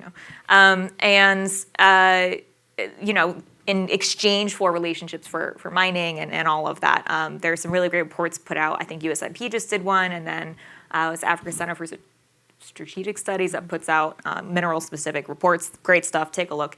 But as part of their strategy, because Wagner failed in Mozambique, right? And so they, after that, have a prep strategy. They have a very intentional information campaign where they, supplant Western influence even before their boots are on the ground, because for them, that's the good business decision. But so the result of that is that the U.S. not engaging, right? You just mentioned the descendant versus ascendant competition, right? And I'm sure domestic politics won't be helping that story in the next year unless it becomes part of the campaign points, right? So understanding that inaction is action, that the drivers of information campaigns are intentional to support continued viability of Wagner's engagement, right? Which is connected to Russia, but also just this profit-driven entity.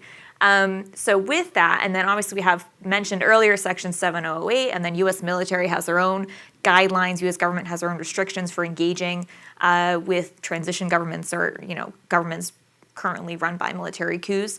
Or militarily run after a coup. So I'm going to turn to Haj. So Haj, if you want to comment on, as a Malian think tank, you're looking at the terrorism hotspot being that tri-state of Mali, Burkina Faso, and Niger, in a very specific, right, those border regions. There's Burkina Faso being largely a center of activity, Mali being a center of activity, with Section 708 kind of restricting foreign donor engagement, especially from the West. What does that mean for civil society think tanks in that area? And what do you think is that? And then what is the answer? What is a better option? Thanks so much for highlighting this. Mali is an epicenter of violent extremism since 2012, because I feel like it's really important to remind policymakers the history of violent extremism across Central Sahel and even in the littoral coast. So in 2012, when Islamist militants linked to Al-Qaeda in the Arabian Peninsula occupied my homeland, Timbuktu, Gao, and Kidal, at that time, terrorism was not so developed. And as we noticed in 2015, there was a migration of terrorism. That's what the terrorist groups call the hijra of terrorism, the migration to central Mali.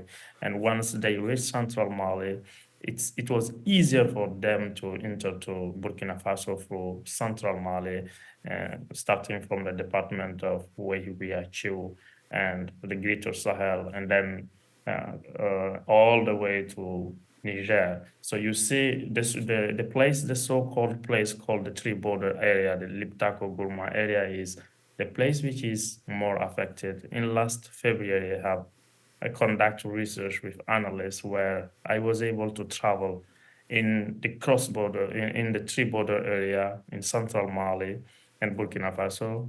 I crossed the terrorist groups thanks to local agreement and local authorities. That's why it's really important to involve grassroots research or think tanker in delivering counterterrorism action in the Sahel.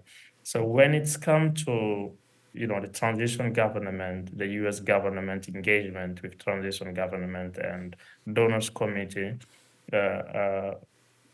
my generation witnessed a lot of efforts from the international community, from the U.S. government in terms of strengthening military education, capacity building development across West Africa, in terms of providing international aid, in terms of providing educational assistance, and then all those U.S. embassies exchange program across the Sahel.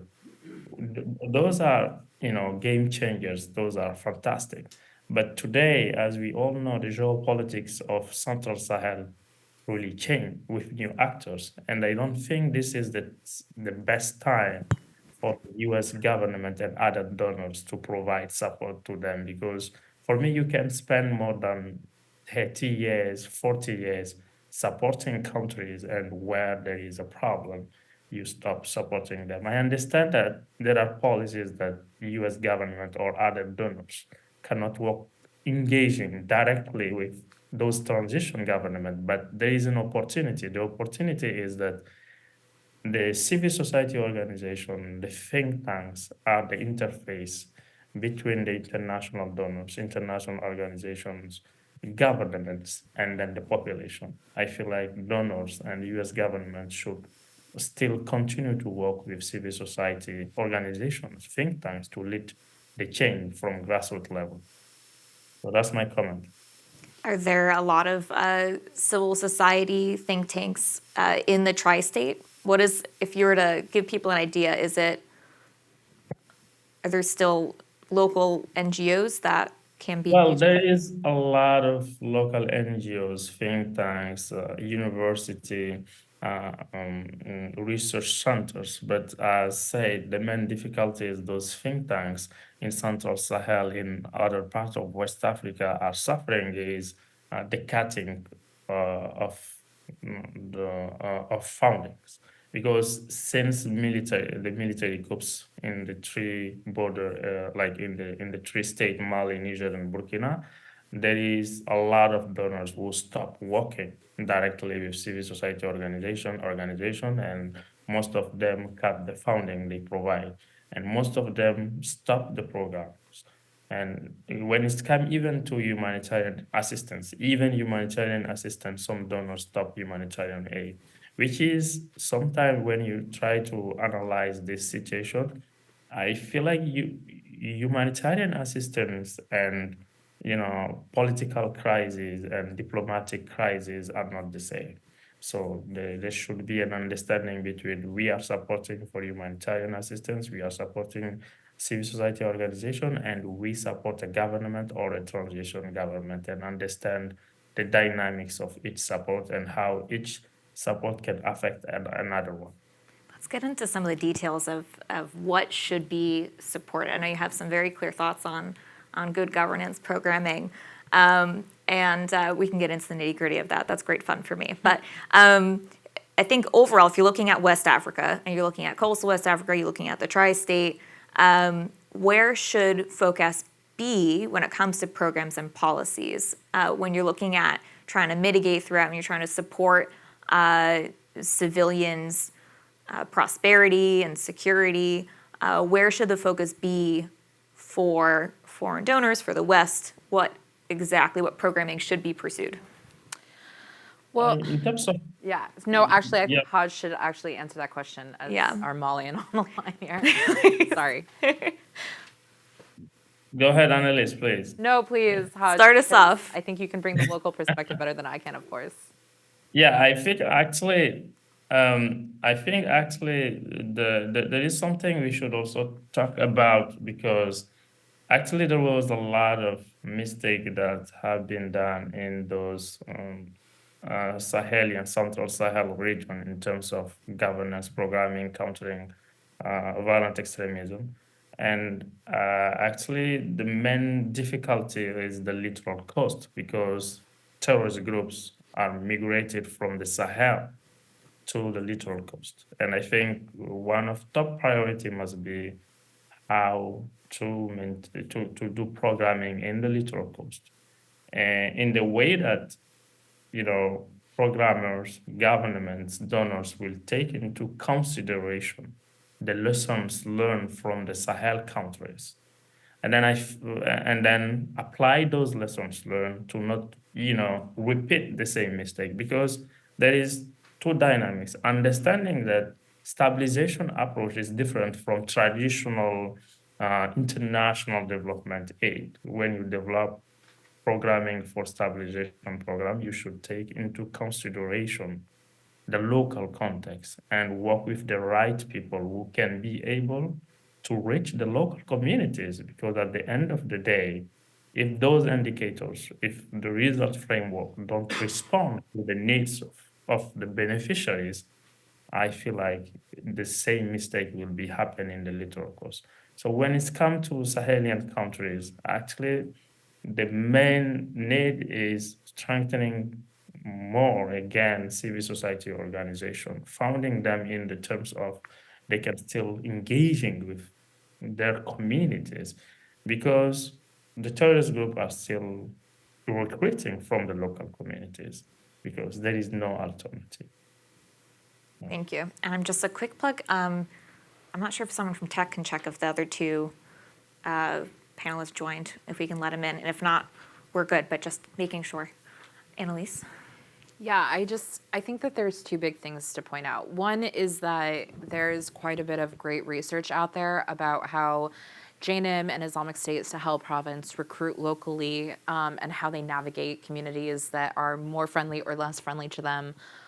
Several of us in this room or online have actually contributed to this body of research, and it really needs to be better leveraged to inform interventions on the ground. And one of the big takeaways that I've been able to understand through my research, but also through programming, is that these armed groups, these jihadist groups, are operating on an insurgency level, not a violent extremism, like very traditional approach to terrorism level. But the approaches that we deploy to counter them are traditional counterterrorism and CVE, and it's not effective for obvious reasons. You need to deploy a civil military, civilian-led forward counterinsurgency approach, and it's incredibly important that this is the case, and this is, in my opinion, one of the biggest lessons learned with how the Sahel kind of fumbled through this experience and how the coastal West African countries can potentially learn lessons and maybe deploy them more successfully, is to have the security forces positively engage the civil society, the local populations, local communities that are on the border, the ones that are the hardest hit,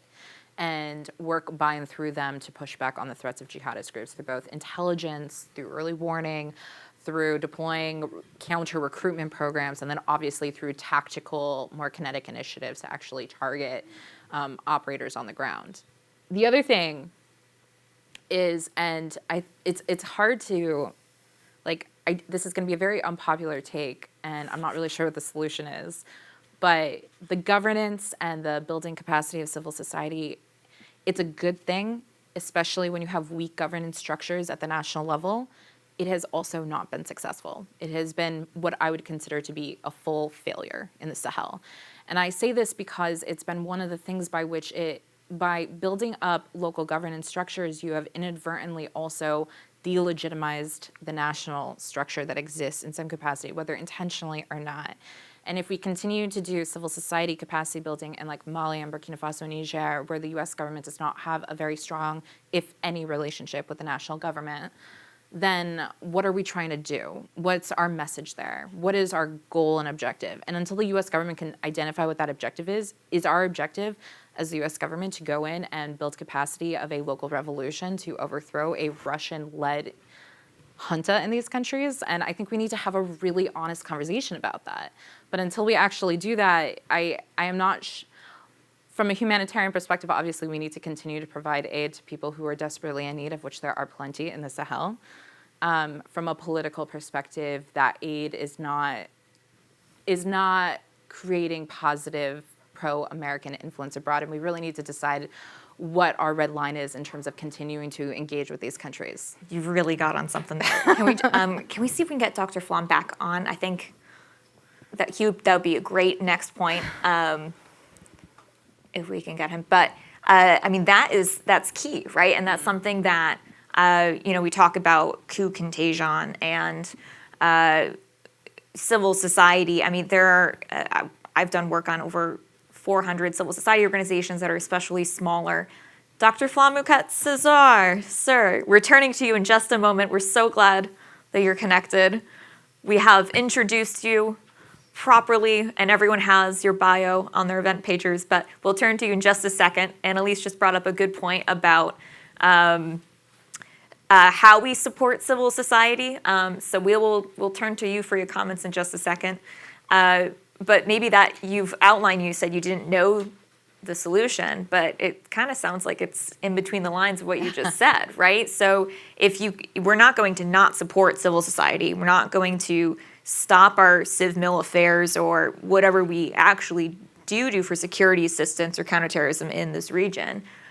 So how do we do it in a way that's actually going to counter the threat appropriately and support the solutions appropriately? Because we're not going to go in and support all of the state government, all of civil society, and fund it and do that forever. We have to hand off the baton, right? It's capacity building so that these countries can, of their own reconnaissance, lead and be prosperous and stable and move forward greatly, right? So if civil society is not being supported in the right way, maybe better rooting that within or better connecting them with state institutions and helping the capacity building, as Mr. Shah mentioned, of the state institutions, especially that mid-tier level of the doers, right? You have the high policymakers, of one is in the front row, but also, who are the ministries, the ministers, the departments, the offices that would be enacting policies and implementing change and implementing reach to these northern regions, or the ones that are actually going to be engaging ideally with civil society. How can those pathways be strengthened? And I think that's a good turn to Dr.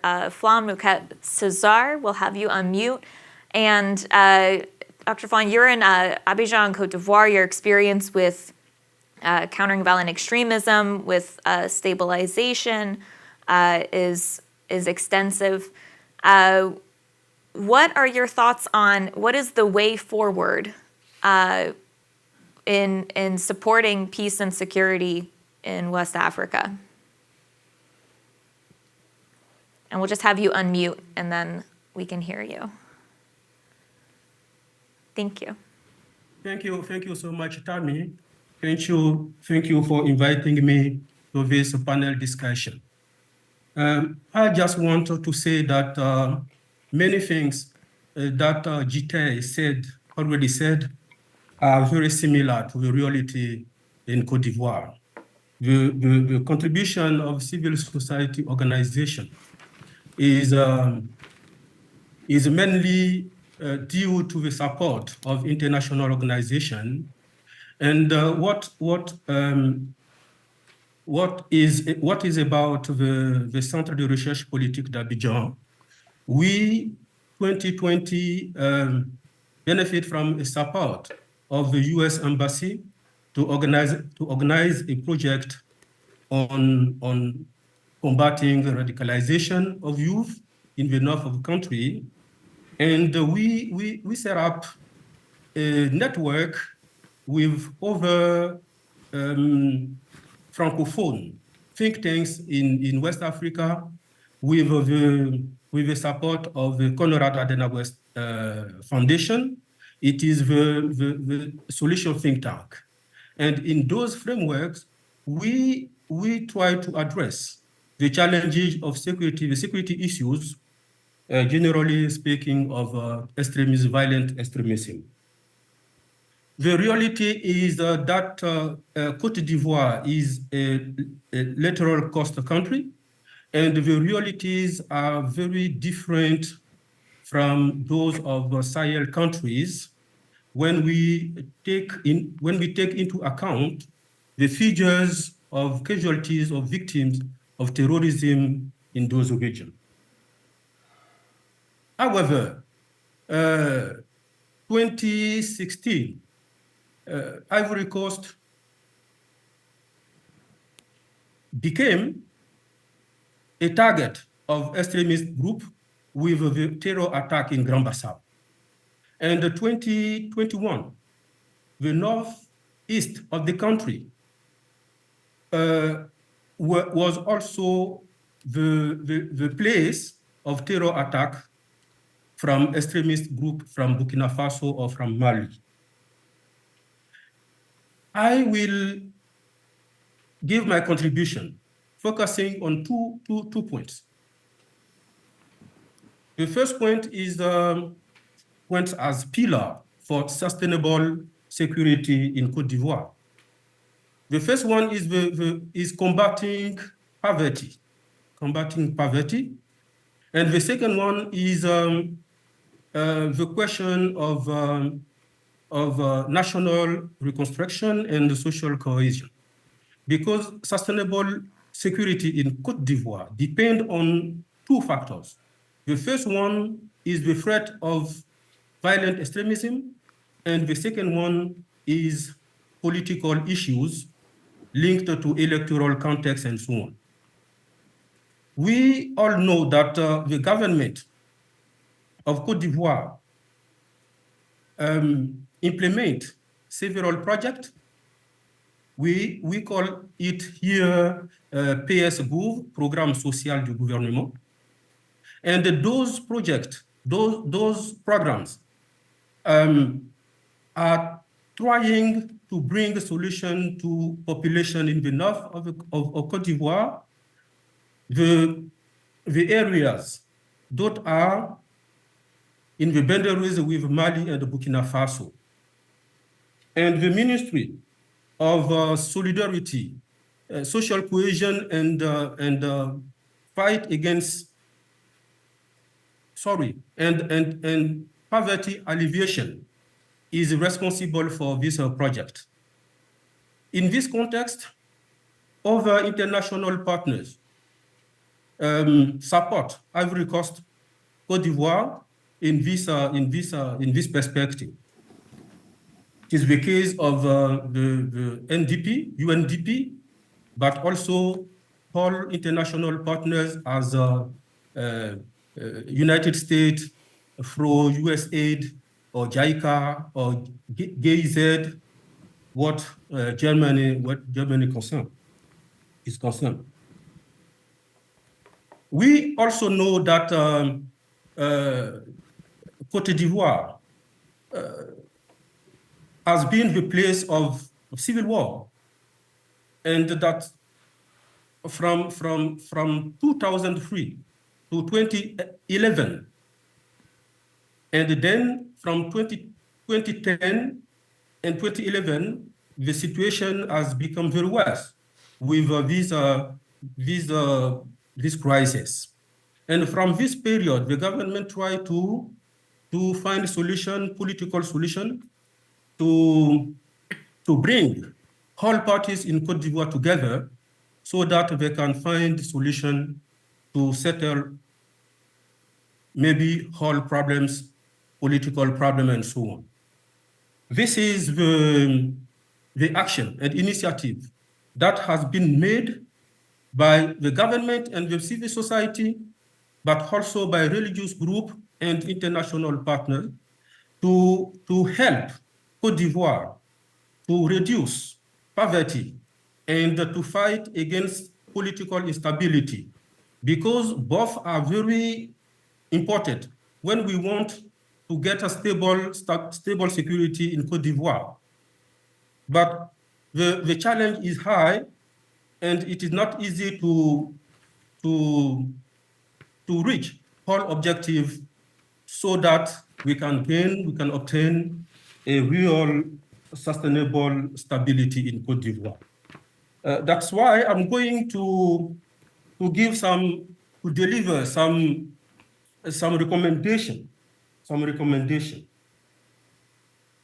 First, in the context, in the framework of reducing poverty, I think it is very important to promote inclusive and participatory local governance, involving local communities in decision-making and implementation of development programs. That is, to my mind, very crucial. The government should encourage citizen participation, enhance the capacities of local institutions, and promote transparency and accountability in the management of public resources. The second recommendation that I want to deliver here is to promote the development of local economy, and here the government should focus its efforts on the economic development of the region affected by poverty and violent extremism. And this could include investment in basic infrastructures such as roads, schools, health centers, water, and sanitation facilities, as well as the development of sustainable economic activities such as agriculture and tourism.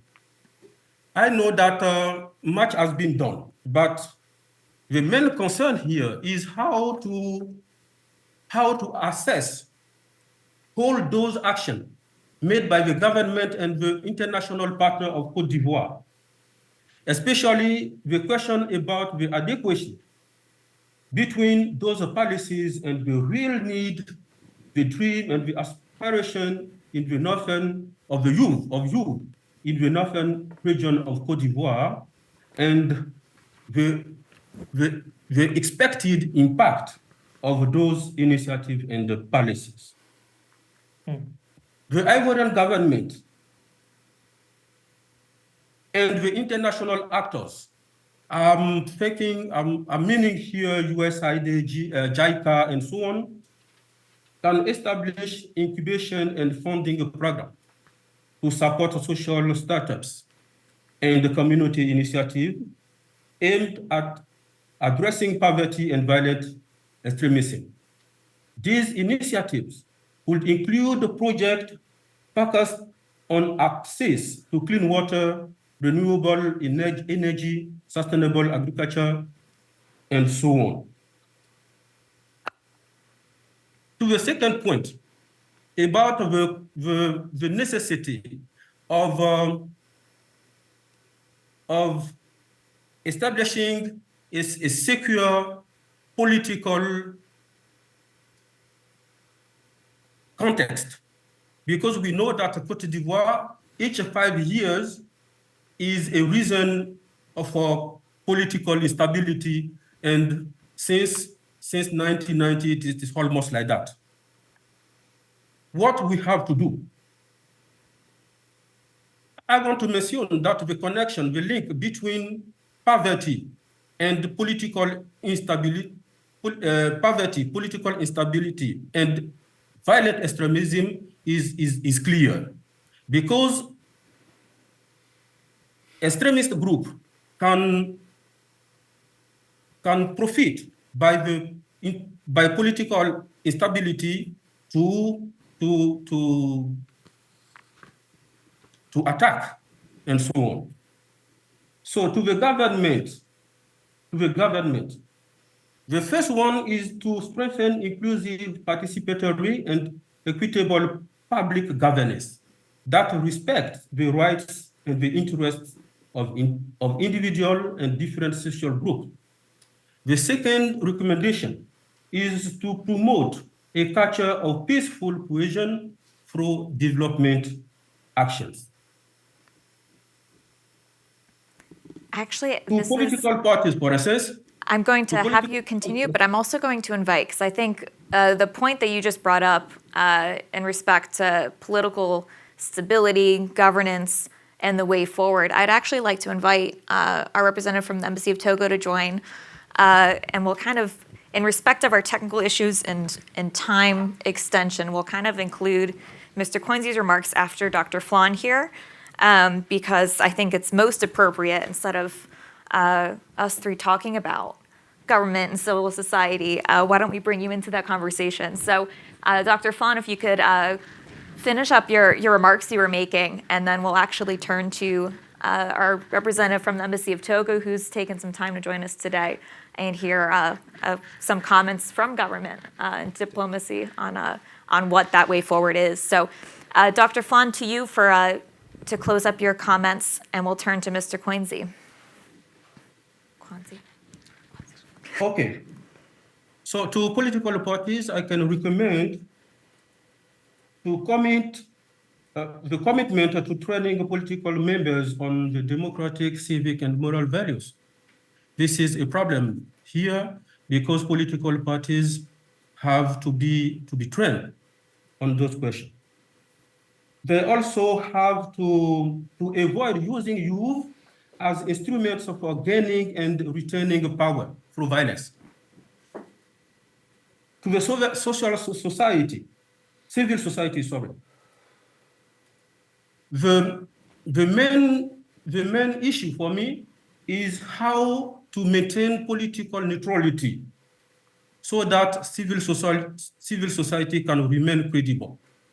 The problem here is that a part of civil society is suspected to run for the government, and another part is suspected to do the work of the opposition. In this context, the civil society cannot be credible.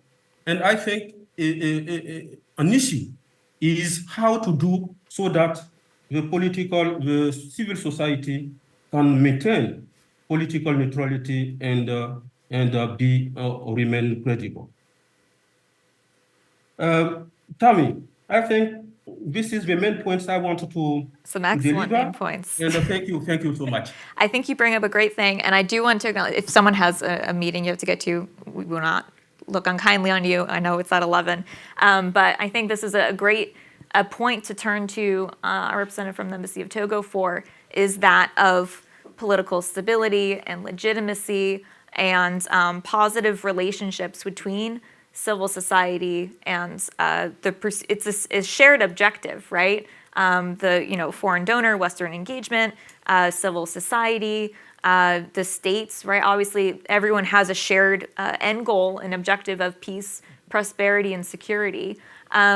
What do you think is what does the Embassy of Togo, what does Togo think of the way forward? How do we move forward towards peace and security if we all have this shared objective? Thank you, Tammy, and hello, everyone.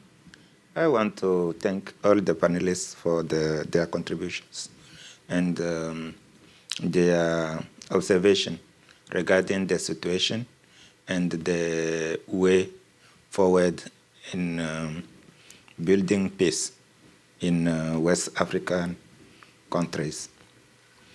I'm taking the floor on behalf of the Togolese Republic Ambassador, His Excellency Frederick Hidam-Hegbe, who is unable to join us because of schedule conflicts.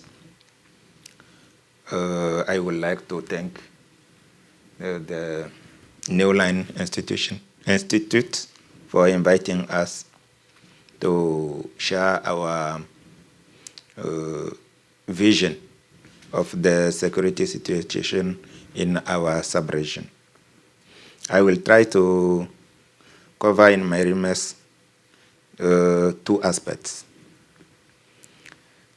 First, I will talk about the weakness and the gaps in current approaches and the solution and the area of improvement.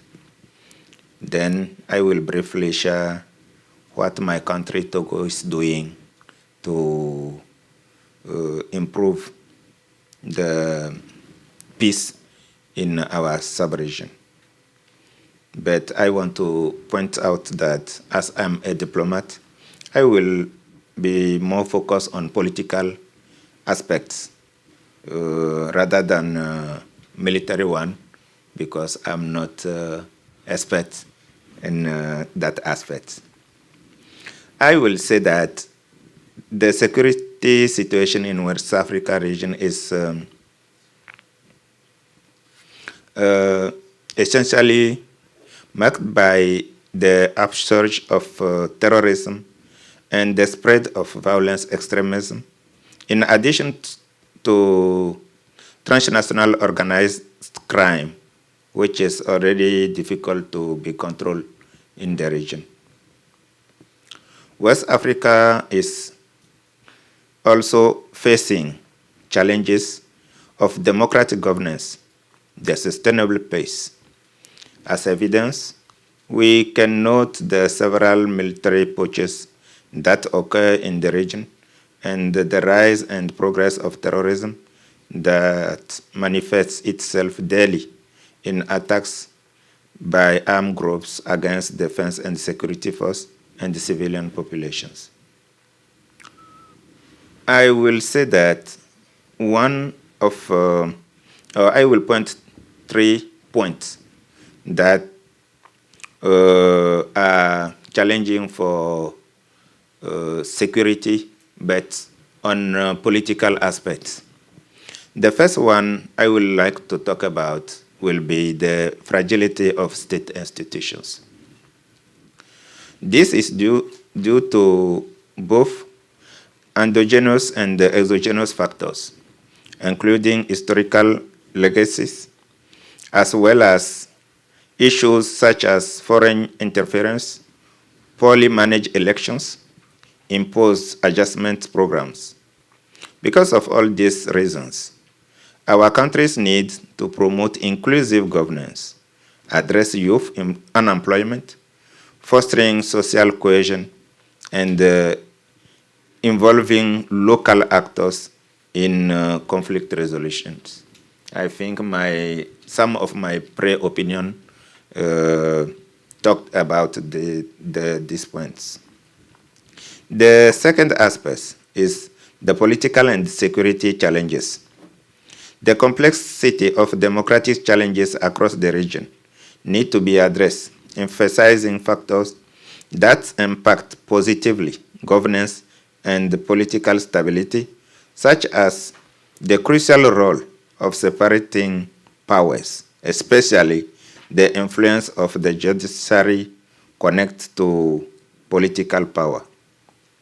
Democracy is crucial to address security challenges and ensure the right to education. West Africa countries need a new social contract aligned with the aspiration of youth and the importance of the rule of law in safeguarding human rights and ensuring justice. The third aspect I would like to reflect on will be the sub-regional and international organizations. I will say that in the current context, the sub-regional and international organization must play a key role in promoting peace, dialogue, and sustainable development. To achieve this, sub-regional organization must work to change people's perception of them. They must prove that they represent not only head of state, but also people. It is also important to promote local solution and regional cooperation for development.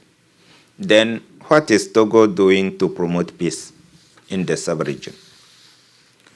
I want to say that Togo played a significant role in promoting peace and stability in West Africa by focusing on peaceful means to solve conflicts. Regarding the political and the security situation in Mali, Burkina Faso, and Niger, Togo has taken note of recent events in these countries and reaffirmed its balanced and pragmatic position. The Togolese government has expressed its desire to support the ongoing political transition in these countries so that they may lead to an accelerated return to constitutional order. The Lome Peace and Security Forum, an international conference held in Lome in October 2023, was organized in this context. The issue of security is a concern for states, including Togo. Despite this, Togo is remain committed to its bilateral and multilateral cooperation policy. Terrorism is a significant threat to the countries and the stability of Sahel region. This situation endangers the stability of countries in West Africa and Gulf of Guinea. As a result, Togo, under the leadership of His Excellency for Esosim Nanyasingbe, head of state, has increased its presence and involvement in Sahel. Togo's involvement in Sahel region is part of our strategy based on 4 axes. The first is the regional and international cooperation for peace and stability. My country is involved in all regional, international, and inter-regional initiatives to promote peace. These include the Accra Initiative to protect coastal countries, the 2018 ECOWAS and CEMAC Summit for Peace, Security, Stability, and the Fight Against Terrorism, held in Lome, the 2016 Maritime Security Summit in Lome, and the 2019 Counterterrorism Summit held in Burkina Faso. All these initiatives are proof that Togo remains committed to cooperation and pooling of energy and resources to fight against terrorism. The second act of Togo peace diplomacy is exporting the Togolese view of peace. We call positive peace. Togo's objective is to promote preventive and proactive diplomacy as a complement to military tools and to non-violence peace-building, peacemaking mechanism and means by promoting the spirit of listening, dialogue, solidarity, reconciliation, and mediation. We consider that these ways are absolutely the right social and political condition to promote the promotion of the positive peace. The third act is the support for process of political normalization, democratic transition, and reconciliation effort through mediation. The fourth one will be the support of responsible governance for greater social and political inclusion in the state of Sahel region. For us, the real challenge is to fight against terrorism by trying to work to find solutions to development issues and change the living condition of population.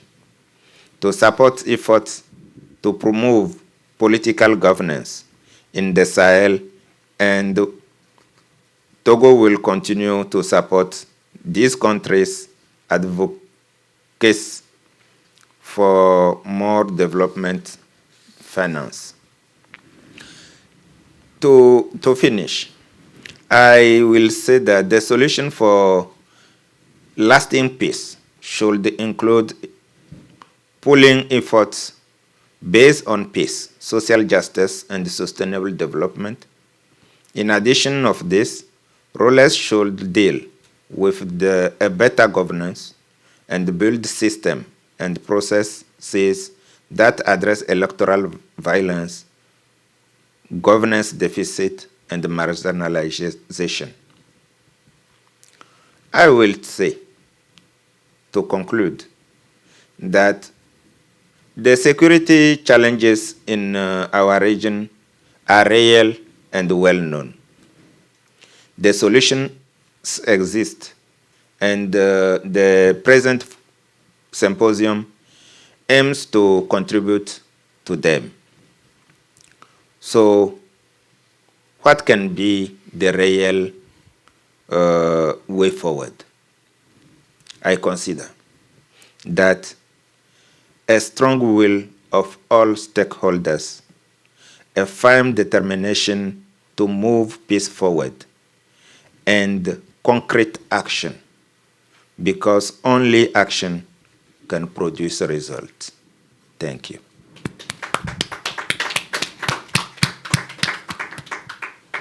There's a reason why your closing remarks, sir. That was very eloquent. Thank you. Well understanding, we're well over time, so if people need to fall out, that is completely okay. I would like to open up for a couple of questions if we want to engage a representative from the Embassy of Togo or representatives. I'm not sure if we can see if we can get El-Haj up on a buy screen. Happy to engage. Do we have any questions or Tom? Yeah, this one's mostly for Annalisa. I mean, I get, to introduce myself again, I'm a former head of the International Justice Rule of Law. We work a lot in Africa, now looking at multilateralism. I get the point of lack of coordination. I'm always fond of saying everybody wants coordination, but nobody wants to be coordinated. But the question I have is taking bilateral U.S. assistance aside, what do you see about, we heard Rafi speak earlier, what do you think about the involvement of the UN, multilateral organizations? Are they any better coordinated? And are you familiar with the Global Community Resilience Engagement Fund, which is under the Global Counterterrorism Forum, which does a lot of civil society micro-granting, but so many civil society organizations, so many needs. Is multilateralism a better approach? Then maybe the U.S. shouldn't be doing any bilateral grant making. Thank you for giving me the hard question. I think that the UN and many of the organizations aligned with it have fallen victim to the same thing that all of these big partners have fallen victim to, which is too many niche sub-organizations that have in turn started to conflict with each other and overstep each other. I think the UN obviously is an incredibly important institution, but you have, within West Africa alone, you have the UN Development Program, the International Organization for Migration, UNOCT, UNODC, and UNOWAS, although I'm not really sure what kind of programming money they have, but all these various UN offices that are all working on the same subset of issues. And I think that answers the question of there's way too much confliction there. These things all need to be better deconflicted.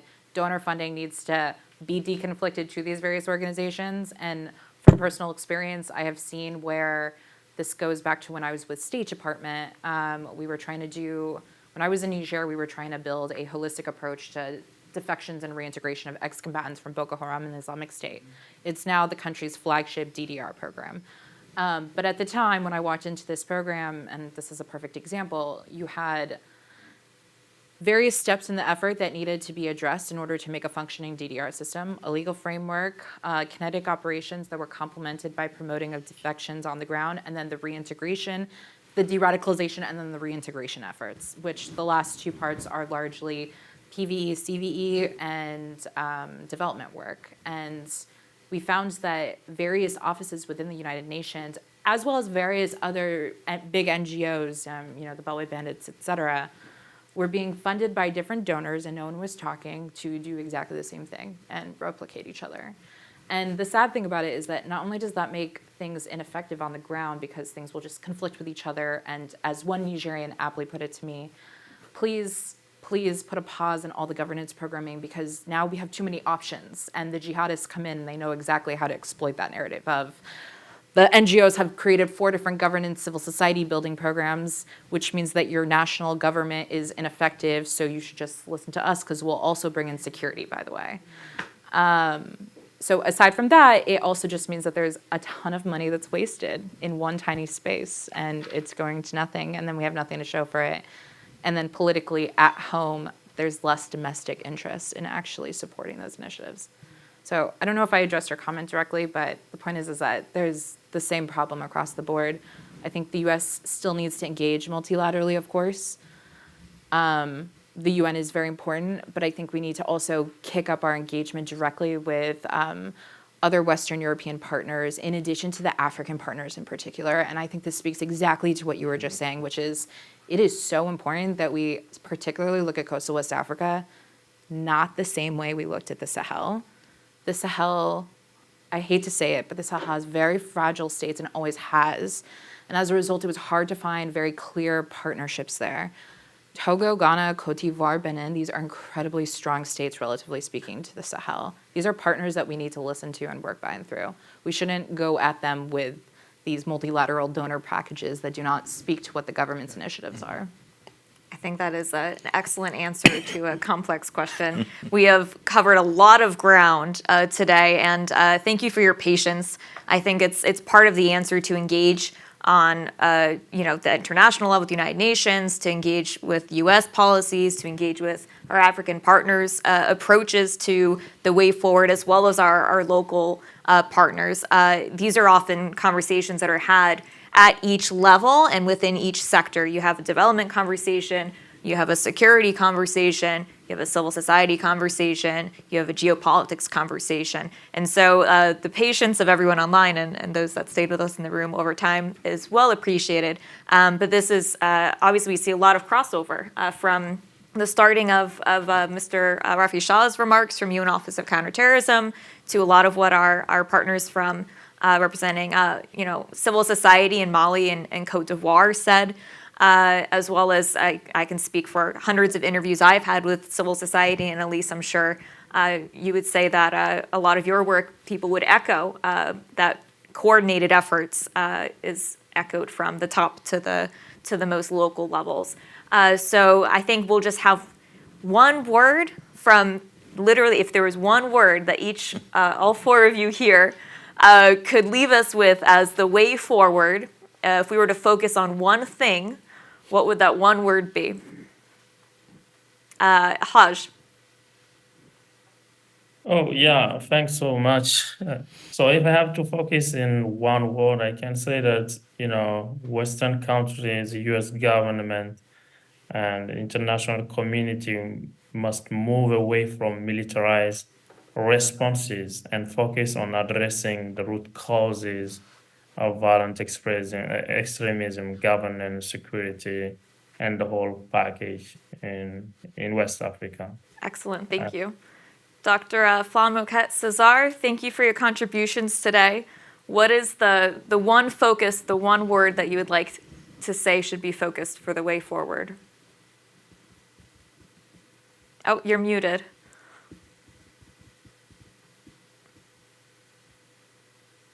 Thank you. I remain convinced that the fight against violent extremism should be will be successful when combating poverty becomes a reality in our country. The government is trying to do the best, but much remains to be done. And the other point is the question of political stability. How to manage so that political stability, electoral violence, and all those things don't involve terror attack, or that terror extremist group don't profit by those situations to to make what they want. And the support of the international community is very, very important. Much is already done, but I say much remains to be done. Thank you. This is my last word. Annalise? Coordination, deconfliction. That's a good one. Technically, It's a 3 hill I'll words. die on. 2 words and They're same, different side of same coin. Sir? Yeah, I will just say the security issue will be addressed by addressing development issues, not only by financing developing programs, but by taking into account the real need of local populations. Thank you. I think that's an excellent way to close a wonderful conversation. Thank you so much to our panelists. Thank you, and good afternoon to those joining from West Africa. We've left everyone with a lot to think about. If you have any questions online or here, please feel free to email them afterwards, and we can pass them on to some of our some panelists, and they can offer their responses to you. But thank you for joining us today, and happy, what day is it? Thursday? Wednesday. Thursday. Happy Thursday. Thank you very much. Thank you. Yeah. Thank you. Early Thank you very Friday. much. Thank you. Great Thank speech. you. Sir, Thank you very much.